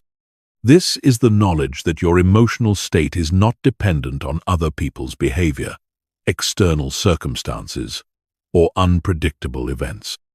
You know that you can generate the emotional states you need through your own thoughts, actions, and practices. You don't need other people to make you feel good about yourself. And you don't let other people's negativity drag you down. Emotional self-reliance is built through consistent practice of the emotional regulation techniques you've learned. Every time you successfully manage your emotional state during a challenging situation, you prove to yourself that you have this capability. Every time you choose your response rather than reacting automatically, you build evidence that you're in control of your inner experience. This doesn't mean you become emotionally disconnected from others or that you don't care about relationships. It means you engage with others from a position of strength rather than neediness. You contribute to relationships rather than draining them. You're able to be genuinely supportive of others because you're not constantly seeking support for yourself. The second pillar of unshakable confidence is competence building. Confidence without competence is just delusion. You need to actually be good at things that matter. You need to develop real skills, real knowledge, and real abilities that create genuine value in the world. But competence building is not just about technical skills. It's about developing the meta skills that make you effective in any domain. Problem solving is perhaps the most important meta skill for building confidence. When you know you can figure things out, when you have a systematic approach to breaking down complex challenges and finding solutions, you become much more willing to take on difficult situations. You're not intimidated by unfamiliar problems because you trust your ability to learn and adapt. Communication is another crucial meta skill. When you can express your ideas clearly, listen effectively, and navigate difficult conversations with skill, you become much more confident in social and professional situations. You're not afraid of conflict because you know how to handle it constructively. You're not intimidated by authority figures because you know how to communicate with respect while maintaining your own dignity. Learning agility is the meta skill that makes all other skills possible. This is your ability to quickly acquire new knowledge and capabilities as situations require. When you know you can learn anything you need to learn, you're not limited by your current knowledge base. You become confident about taking on challenges that require skills you don't yet have because you trust your ability to develop those skills. The third pillar of unshakable confidence is integrity alignment. This is the consistency between your values, your words, and your actions. When these three elements are aligned, you develop an inner strength that makes you nearly impossible to shake, because you know you're living authentically. When they're misaligned, you feel weak and uncertain because you're not sure who you really are or what you really stand for. Most people compromise their integrity gradually, through small decisions that seem insignificant at the time. They tell little lies to avoid discomfort. They make commitments they don't intend to keep. They act in ways that contradict their stated values. Each compromise weakens their inner foundation and erodes their confidence. Building integrity alignment requires ruthless honesty about what you actually value versus what you think you should value. It requires making your word mean something by only making commitments you intend to keep. It requires having the courage to act in accordance with your values, even when it's difficult or costly. When your integrity is intact, you develop what I call unshakable presence. People can sense that you're authentic, that you're not trying to be someone you're not, that you're comfortable with who you are. This presence is magnetic and creates opportunities that are not available to people who are constantly trying to impress others or fit in. The fourth pillar of unshakable confidence is resilience building. This is your track record of recovering from setbacks, learning from failures, and coming back stronger from difficult experiences. Every time you face adversity and emerge better than before, you build evidence that challenges don't break you. They make you stronger. Most people try to avoid adversity, but this actually weakens their confidence because they never prove to themselves that they can handle difficult situations. They remain fragile and fearful because they have no evidence of their own resilience. Building unshakable confidence requires deliberately seeking challenges that test your limits and force you to grow. This doesn't mean being reckless or seeking unnecessary suffering. It means choosing growth over comfort, challenge over security, and expansion over safety. It means taking on projects that scare you, having conversations you've been avoiding, and pursuing goals that require you to become more than you currently are. The key is to approach these challenges with the right mindset. You're not trying to prove that you're already perfect. You're trying to prove that you can learn and grow. You're not trying to never fail. You're trying to prove that you can recover from failure. You're not trying to avoid all mistakes. You're trying to prove that you can learn from mistakes and use them to become better. The fifth pillar of unshakable confidence is future orientation. This is your ability to make decisions based on who you're becoming rather than who you are right now. It's the understanding that your current limitations are temporary and that your potential for growth is virtually unlimited. When you operate from this perspective, present challenges become stepping stones rather than roadblocks. Most people are trapped by their past experiences and current limitations. They think, "I'm not good at public speaking," or "I'm not a leader," or "I'm not confident enough for that opportunity." This fixed mindset keeps them stuck because they base their decisions on current capabilities rather than future potential. Building future orientation requires regularly visualizing the person you're becoming and making decisions from that future identity. Ask yourself, what would the confident version of me do in this situation? Then do that thing. Even if you don't feel ready, act as if you're already the person you want to become. And eventually, you will become that person. The sixth pillar of unshakable confidence is contribution focus. This is the shift from asking, "What can I get?" to asking, "What can I give?" When you focus on how you can add value, solve problems, and help others succeed, You become less self-conscious and more naturally confident. You're not worried about being judged because you're focused on being useful. Most confidence issues stem from excessive self-focus. When you're constantly worried about how you look, what other people think, whether you're measuring up, you create anxiety and self-doubt. But when you shift your focus to how you can contribute, serve, and add value, these self-focused concerns naturally fade into the background. This doesn't mean neglecting your own needs or becoming a doormat. It means approaching situations with a service mindset rather than a self-protection mindset. Instead of thinking, "I hope I don't embarrass myself," think, "How can I help this meeting be productive?" Instead of thinking, "I hope they like me," think, "How can I be genuinely useful to this person?" The final element of building unshakable confidence through emotional mastery is developing what I call evidence awareness.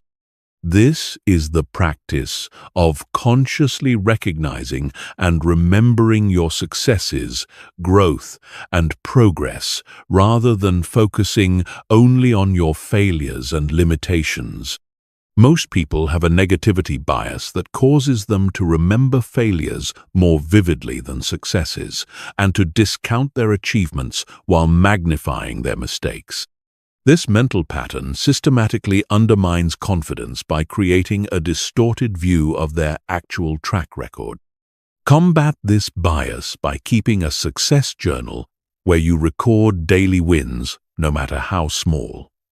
Document challenges you've overcome, skills you've developed, and positive feedback you've received. Review this evidence regularly to maintain an accurate picture of your capabilities and progress. Building unshakable confidence is not about becoming arrogant or believing you're better than others. It's about developing an accurate assessment of your capabilities and a realistic optimism about your potential for continued growth. It's about knowing that you can handle whatever comes your way, not because nothing bad will ever happen, but because you have the tools to deal with whatever does happen. When you combine emotional mastery with competence building, integrity alignment, resilience development, future orientation, contribution focus, and evidence awareness, you create a foundation of confidence that cannot be shaken by external circumstances. You become the kind of person who stays calm in chaos, who sees opportunity in adversity, and who inspires others through your unshakable presence and authentic strength. Chapter 11. The Art of Strategic Non-Reaction in Relationships. Relationships are where emotional control matters most, and where most people fail most spectacularly. You can master your emotions in every other area of your life, but if you lose control with the people closest to you, you'll sabotage the very relationships that matter most. The people who love you see you at your worst, when you're tired, stressed, and emotionally depleted. This is when your true level of emotional mastery is revealed. Most relationship conflicts are not about the surface issue being discussed. They're about underlying emotional patterns, unmet needs, and unconscious triggers that both people are reacting to without awareness. When you learn to not react emotionally during relationship conflicts, you can address the real issues instead of getting caught in endless cycles of blame, defensiveness, and escalation. The first principle of relationship emotional mastery is understanding that every interaction is a choice between connection and control. When you're emotionally reactive, you're choosing control. You're trying to make the other person wrong, to prove your point, to defend your position. But when you choose non-reaction, you're choosing connection. You're prioritizing the relationship over being right. This doesn't mean becoming a doormat or accepting unacceptable behavior. It means responding to problematic situations in ways that preserve dignity and create possibilities for resolution, rather than just venting your emotional reactions. It means being strong enough to stay calm when the other person is losing control. The second principle is taking responsibility for your 50% of every interaction. You cannot control the other person's words, actions, or emotional state. But you have complete control over your response to their words, actions, and emotional state. When you focus on controlling your 50%, instead of trying to control their 50%, you become incredibly powerful in relationships. Most people spend their relationship energy trying to change, fix, or control their partner, children, or friends. This is exhausting and ineffective because you're trying to control things that are outside your control. When you redirect that energy toward managing your own responses, you become a calming, stabilizing force that actually influences others to be their best selves. The third principle is learning to de-escalate rather than escalate conflicts. When someone is emotionally activated, your natural tendency might be to match their energy level. They raise their voice, so you raise yours. They become critical, so you become defensive. They withdraw, so you pursue. This unconscious mirroring amplifies the conflict instead of resolving it.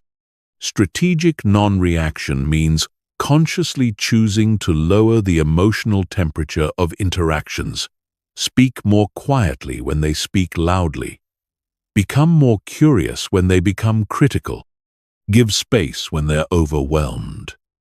This counterintuitive approach often breaks the negative pattern and creates space for actual communication. The fourth principle is separating the person from their behavior. When someone you care about does something hurtful or frustrating, your emotional reaction tends to globalize the behavior.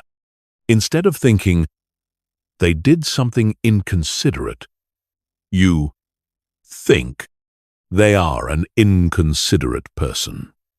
This generalization makes it much harder to maintain emotional equilibrium and find constructive solutions.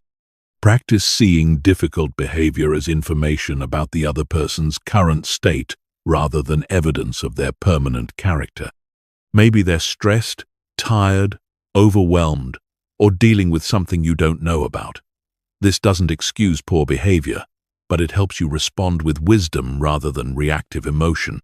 The fifth principle is mastering the pause. In heated moments, there's enormous pressure to respond immediately. Silence feels uncomfortable, and you feel compelled to defend, explain, or counterattack right away. But the pause is where your power lies. It's where you can choose your response instead of being controlled by your impulses.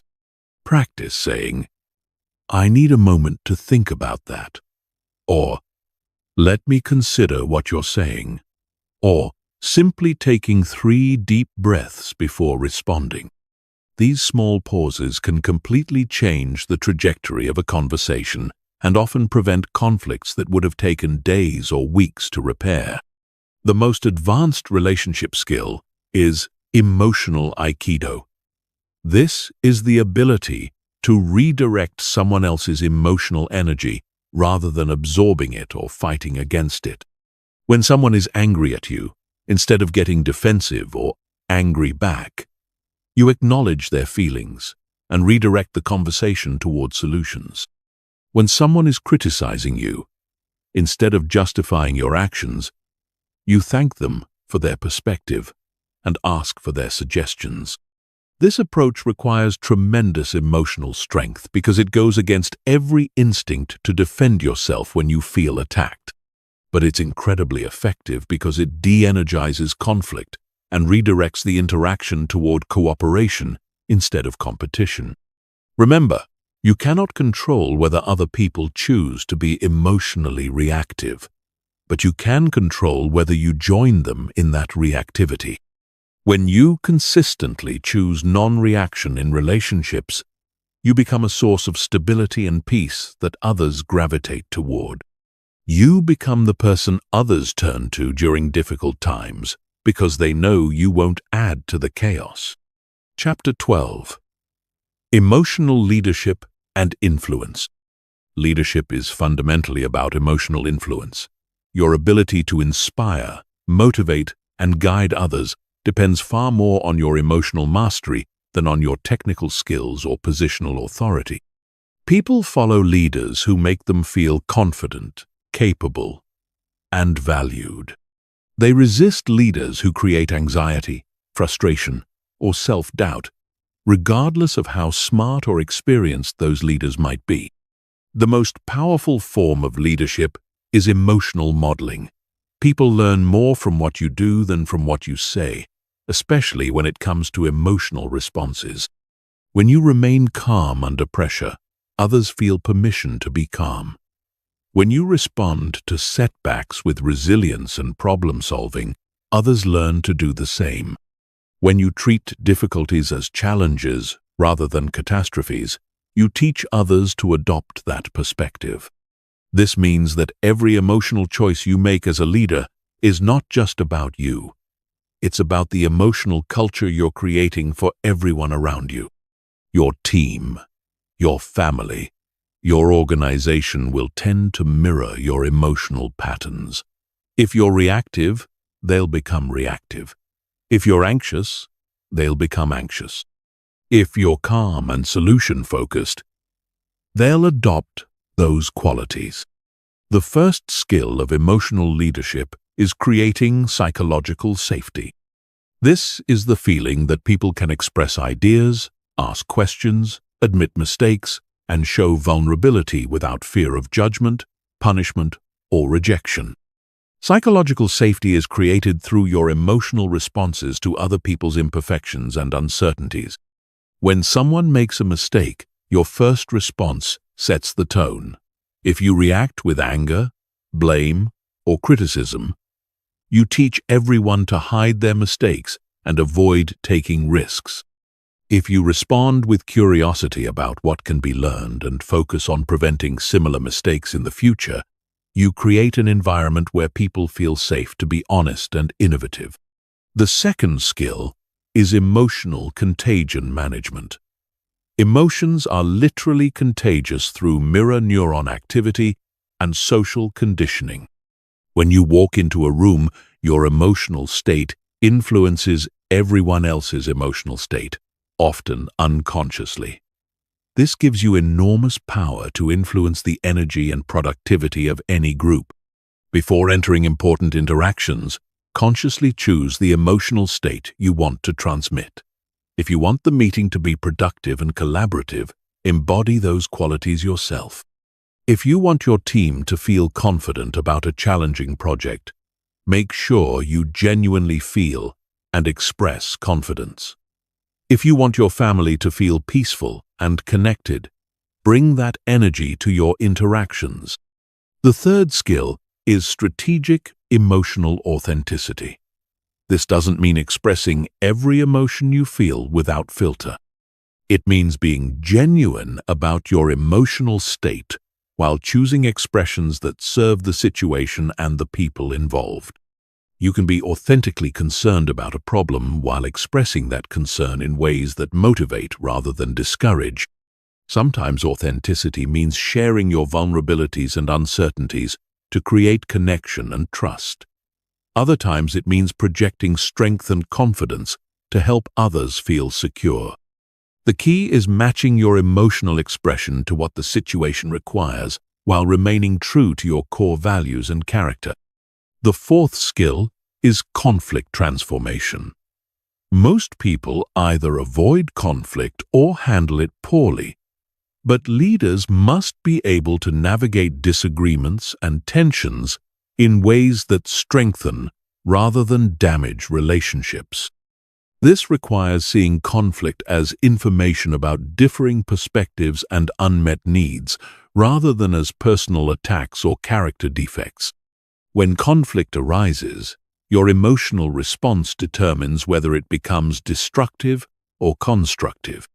If you remain calm, curious, and focused on understanding different viewpoints, you can often transform conflicts into breakthrough conversations that lead to better solutions and stronger relationships. The fifth skill is empathetic leadership without emotional absorption.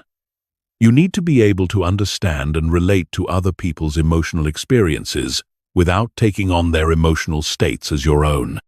This means you can be compassionate towards someone who's anxious without becoming anxious yourself. You can be supportive of someone who's going through difficulties without being dragged down by their problems. This balance requires strong emotional boundaries and a clear sense of your own emotional identity. You care about others deeply, but you don't lose yourself in their emotional experiences. You provide stability and support precisely because you maintain your own emotional center. The ultimate goal of emotional leadership is creating what I call an upward emotional spiral. This is when your emotional mastery inspires others to develop their own emotional mastery, which creates a positive feedback loop that elevates everyone's performance and well-being. Instead of managing other people's emotions, you're developing their capacity to manage their own emotions. This happens when you consistently model emotional intelligence, provide tools and frameworks for emotional development, celebrate emotional growth in others, and create environments where emotional mastery is valued and rewarded. Over time, you build teams, families, and organizations that are emotionally resilient, highly productive, and deeply fulfilling to be part of. Chapter 13. Creating your personal emotional operating system. Everything you've learned means nothing unless you create a systematic approach to implementing it in your daily life. Most people consume information about emotional control but never develop the consistent practices that turn knowledge into automatic behavior. They understand the concepts intellectually, but continue operating from old emotional patterns because they haven't created new systems to replace the old ones. Your emotional operating system is the set of daily practices, environmental designs, and response protocols that make emotional mastery your default mode, rather than something you have to consciously remember to do. Just like a computer operating system runs in the background and manages all the basic functions automatically, your emotional operating system should manage your emotional responses automatically. The first component is your daily emotional fitness routine.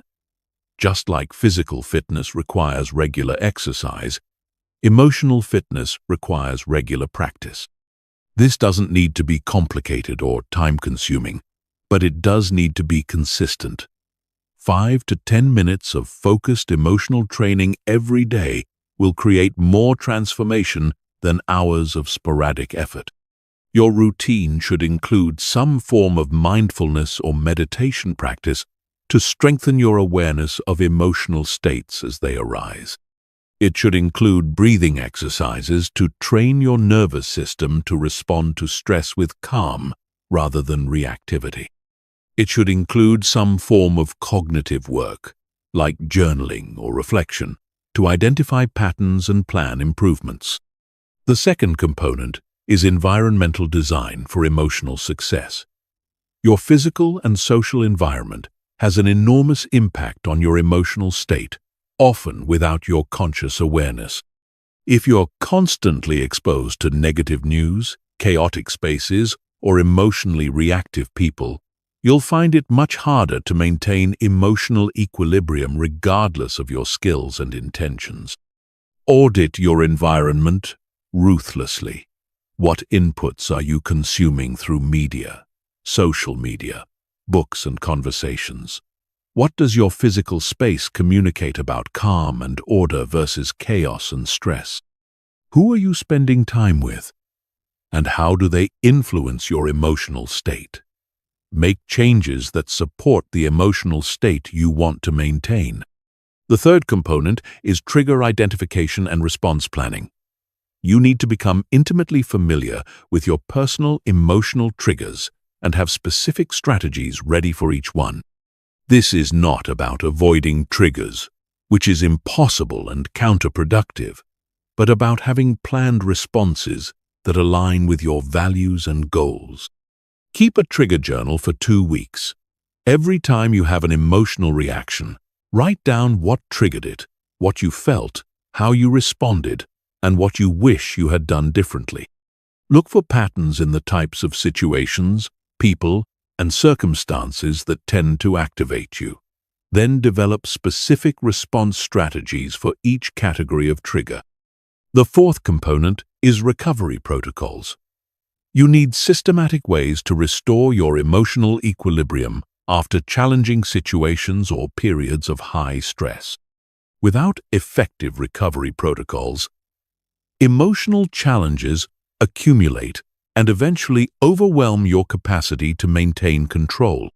Your recovery toolkit should include immediate techniques you can use in the moment, short-term practices you can implement within hours of a stressful event, and longer-term restoration practices for recovering from extended periods of high stress or emotional challenge. Have these ready before you need them, not after. The fifth component is accountability and measurement systems. You need ways to track your progress, identify areas for improvement, and maintain motivation during difficult periods.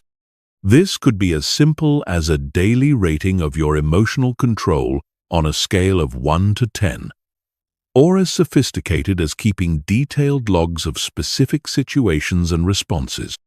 The key is having objective measures of progress rather than relying on feelings, which can be unreliable indicators of actual improvement. You might feel like you're not making progress even when you're actually improving significantly, or you might feel like you're doing well when you're actually sliding backwards. The sixth component is continuous learning and adaptation. Your emotional operating system should evolve as you grow and as your life circumstances change. What works in your 20s might not work in your 40s. What works when you're single might not work when you're married with children. What works during stable periods might not work during major life transitions. Schedule regular reviews of your emotional operating system. What's working well? What needs adjustment? What new challenges are you facing that require new strategies? What feedback are you getting from others about your emotional patterns? Use this information to continuously refine and improve your approach. The final component is integration with your larger life systems. Your emotional operating system cannot be separate from your other life management systems. It needs to be integrated with your goal-setting process, your time management approach, your relationship strategies, and your career development plans. This means making emotional considerations part of every major decision you make. Before taking on new responsibilities, consider the emotional demands they'll create. Before entering new relationships, consider how they'll impact your emotional well-being. Before pursuing new goals, consider what emotional skills you'll need to develop to achieve them successfully. Remember, the goal is not to create a perfect system that never needs adjustment. The goal is to create a robust system that makes emotional mastery easier and more automatic while remaining flexible enough to adapt to changing circumstances. Your emotional operating system should serve you, not constrain you. Chapter 14. Advanced Applications in High-Stakes Environments. The ultimate test of your emotional mastery comes in high-stakes environments, where the consequences of losing control are severe and immediate. These are situations where careers can be destroyed with a single emotional outburst, where relationships can be permanently damaged by one reactive moment, where opportunities worth millions of dollars can be lost because someone couldn't manage their anxiety or anger. High-stakes environments reveal the difference between intellectual understanding of emotional control and true embodied mastery. When everything is on the line, when you're being tested beyond your comfort zone, when the pressure is intense and the stakes are real, your true level of emotional development becomes clear. The first category of high-stakes environments is crisis management. When something goes seriously wrong, when there's immediate danger or significant loss, when people are looking to you for leadership and stability, your emotional response sets the tone for everyone else's response. Panic is contagious, but so is calm competence. In crisis situations, the ability to think clearly while others are losing their minds becomes a superpower. While everyone else is being hijacked by their amygdala, you remain connected to your prefrontal cortex.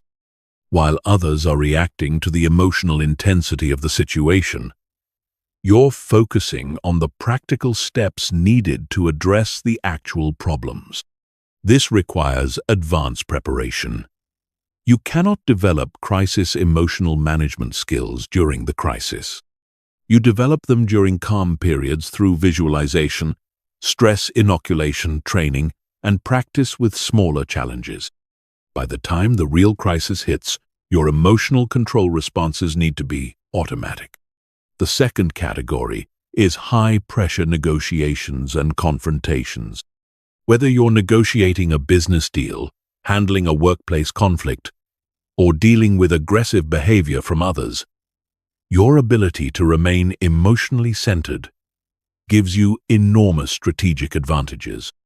People reveal their true intentions and limitations when they're emotionally activated, but they can only take advantage of your emotional reactions if you have them.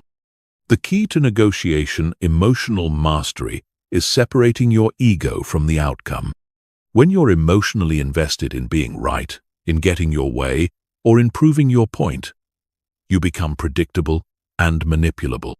When you can remain detached from any specific outcome while staying committed to your core interests, you become incredibly difficult to manipulate or intimidate. This doesn't mean not caring about the outcome.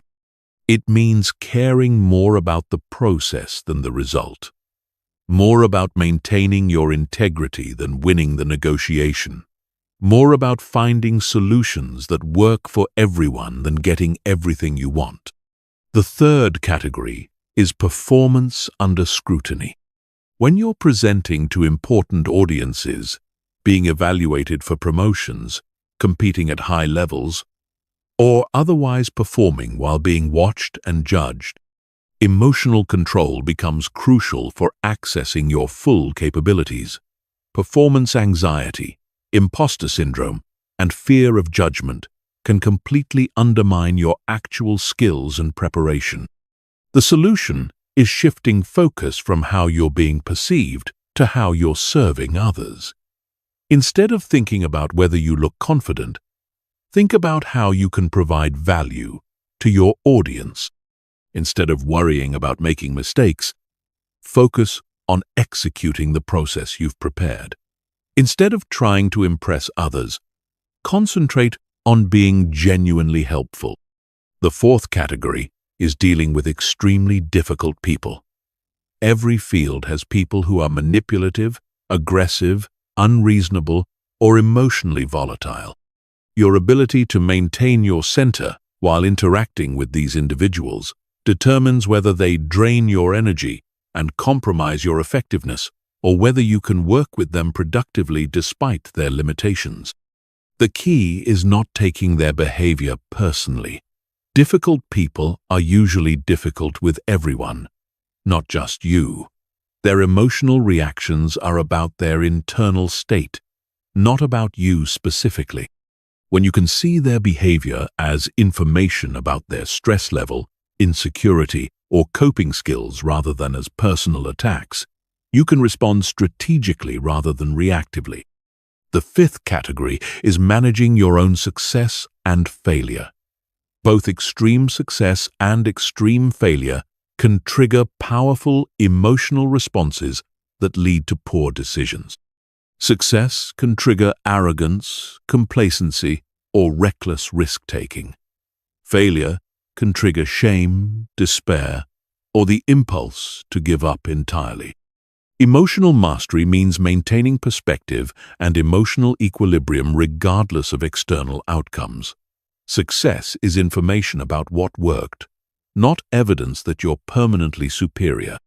Failure is information about what didn't work, not evidence that you're permanently inadequate. Both are temporary conditions that require appropriate responses rather than emotional reactions. The ultimate high-stakes environment is your own mind during moments of extreme challenge, uncertainty, or change. When everything you've counted on seems to be falling apart. When the future feels completely uncertain. When you're facing losses or changes that challenge your identity and assumptions about how life works. Your relationship with your own thoughts and emotions becomes the most important factor in your ability to navigate the situation successfully. This is where all your emotional mastery training pays off. When external circumstances are chaotic, you become your own source of stability. When others are panicking about the uncertainty, you become comfortable with not knowing. When everyone else is being overwhelmed by the magnitude of the challenge, you break it down into manageable steps and take them one at a time. The goal is not to become someone who never feels the emotional impact of high-stakes situations. The goal is to become someone who can feel that impact fully while choosing responses that serve your long-term interests and values rather than just relieving the immediate emotional pressure. Chapter 15. The compound effect of emotional mastery. Most people dramatically underestimate the long-term impact of emotional control because they only see the immediate effects of individual emotional choices. They see that staying calm during one argument prevented a fight, or that managing anxiety during one presentation led to better performance, or that not reacting to one criticism preserved a relationship. These immediate benefits are significant, but they're nothing compared to the compound effects that build over months, years, and decades. Emotional mastery works like compound interest. Each individual choice to respond, rather than react, seems small in the moment, but these choices accumulate exponentially over time. Every time you choose emotional control, you're not just improving that one situation. You're strengthening neural pathways that make emotional control easier in all future situations. You're building a reputation for reliability and wisdom that creates opportunities. You're developing inner resources that compound and multiply. The first compound effect is relational trust. Every time you remain calm when others expect you to lose control, every time you respond with wisdom when others are being reactive, every time you choose connection over being right, you make deposits in the trust accounts of your relationships. Over time, these deposits create deep reservoirs of trust that become incredibly valuable during difficult periods. People know they can count on you when things get tough. They seek your perspective during challenging decisions. They want you on their team during high-pressure projects. They trust you with their vulnerabilities and their most important concerns. This level of trust opens doors that remain closed to people who are emotionally unpredictable. The second compound effect is reputation and influence. Your emotional patterns become part of your personal brand, often more important than your technical skills or achievements. People remember how you made them feel much more than what you accomplished. When you consistently demonstrate emotional mastery, you develop a reputation as someone who can be trusted with important responsibilities and challenging situations. This reputation creates a positive feedback loop. You get opportunities that require emotional maturity. Successfully handling these opportunities builds your skills and confidence. Your enhanced capabilities lead to even greater opportunities.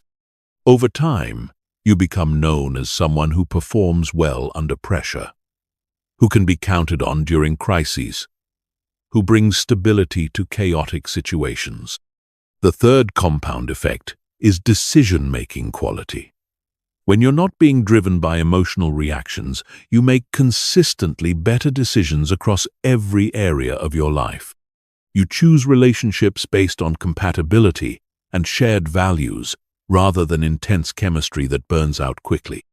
You make career choices based on long-term growth potential rather than immediate gratification or fear-based security. You invest money based on rational analysis rather than greed or fear.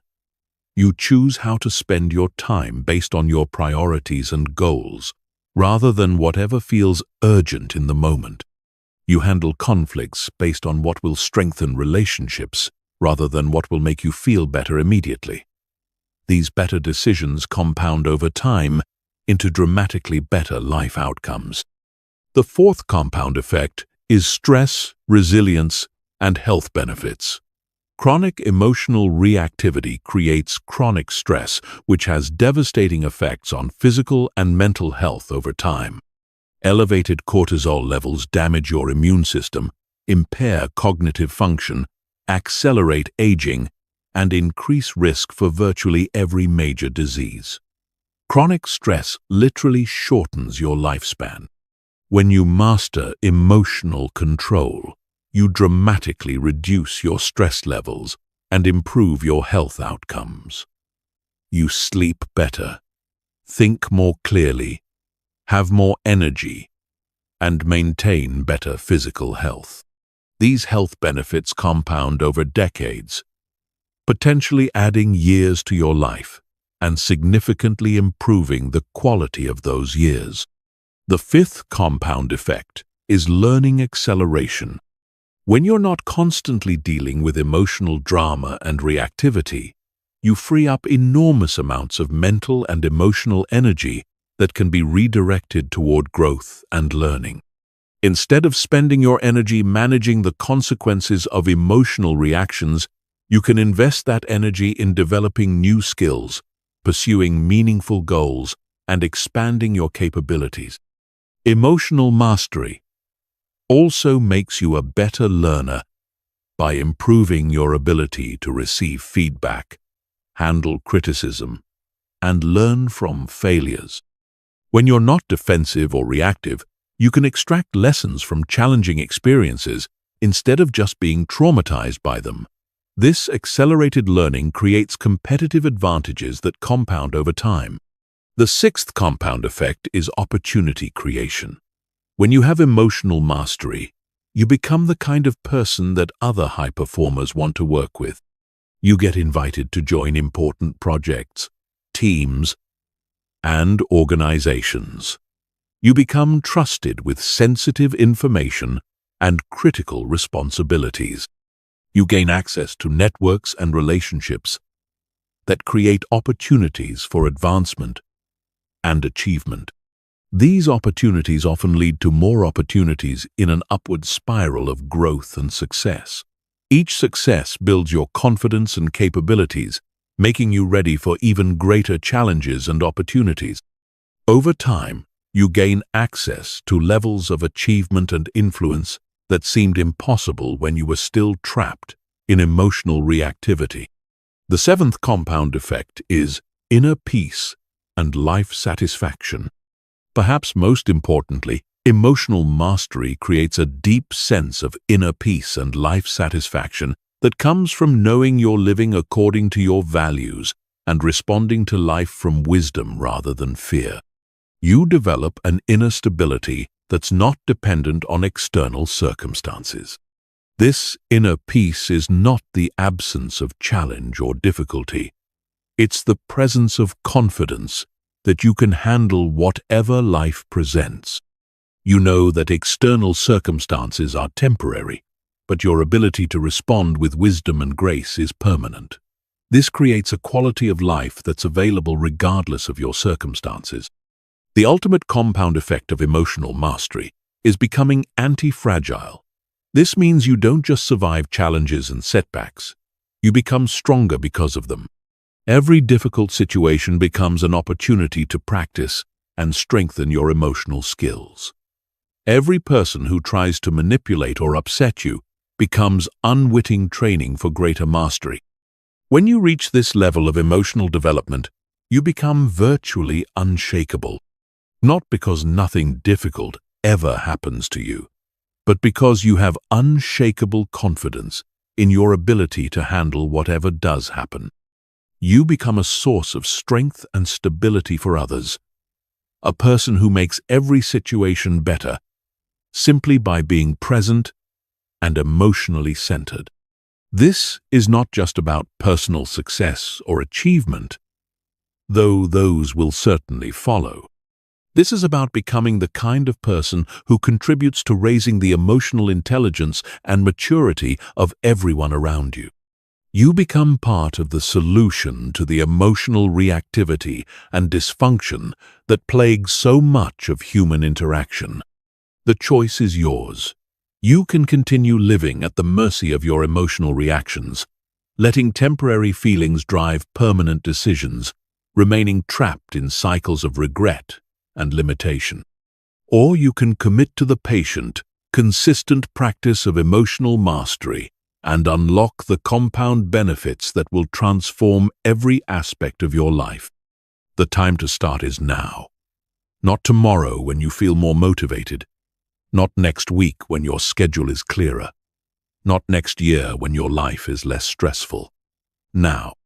Because every day you delay is another day of lost compound interest on the most important investment you can make, the investment in your own emotional development and inner mastery.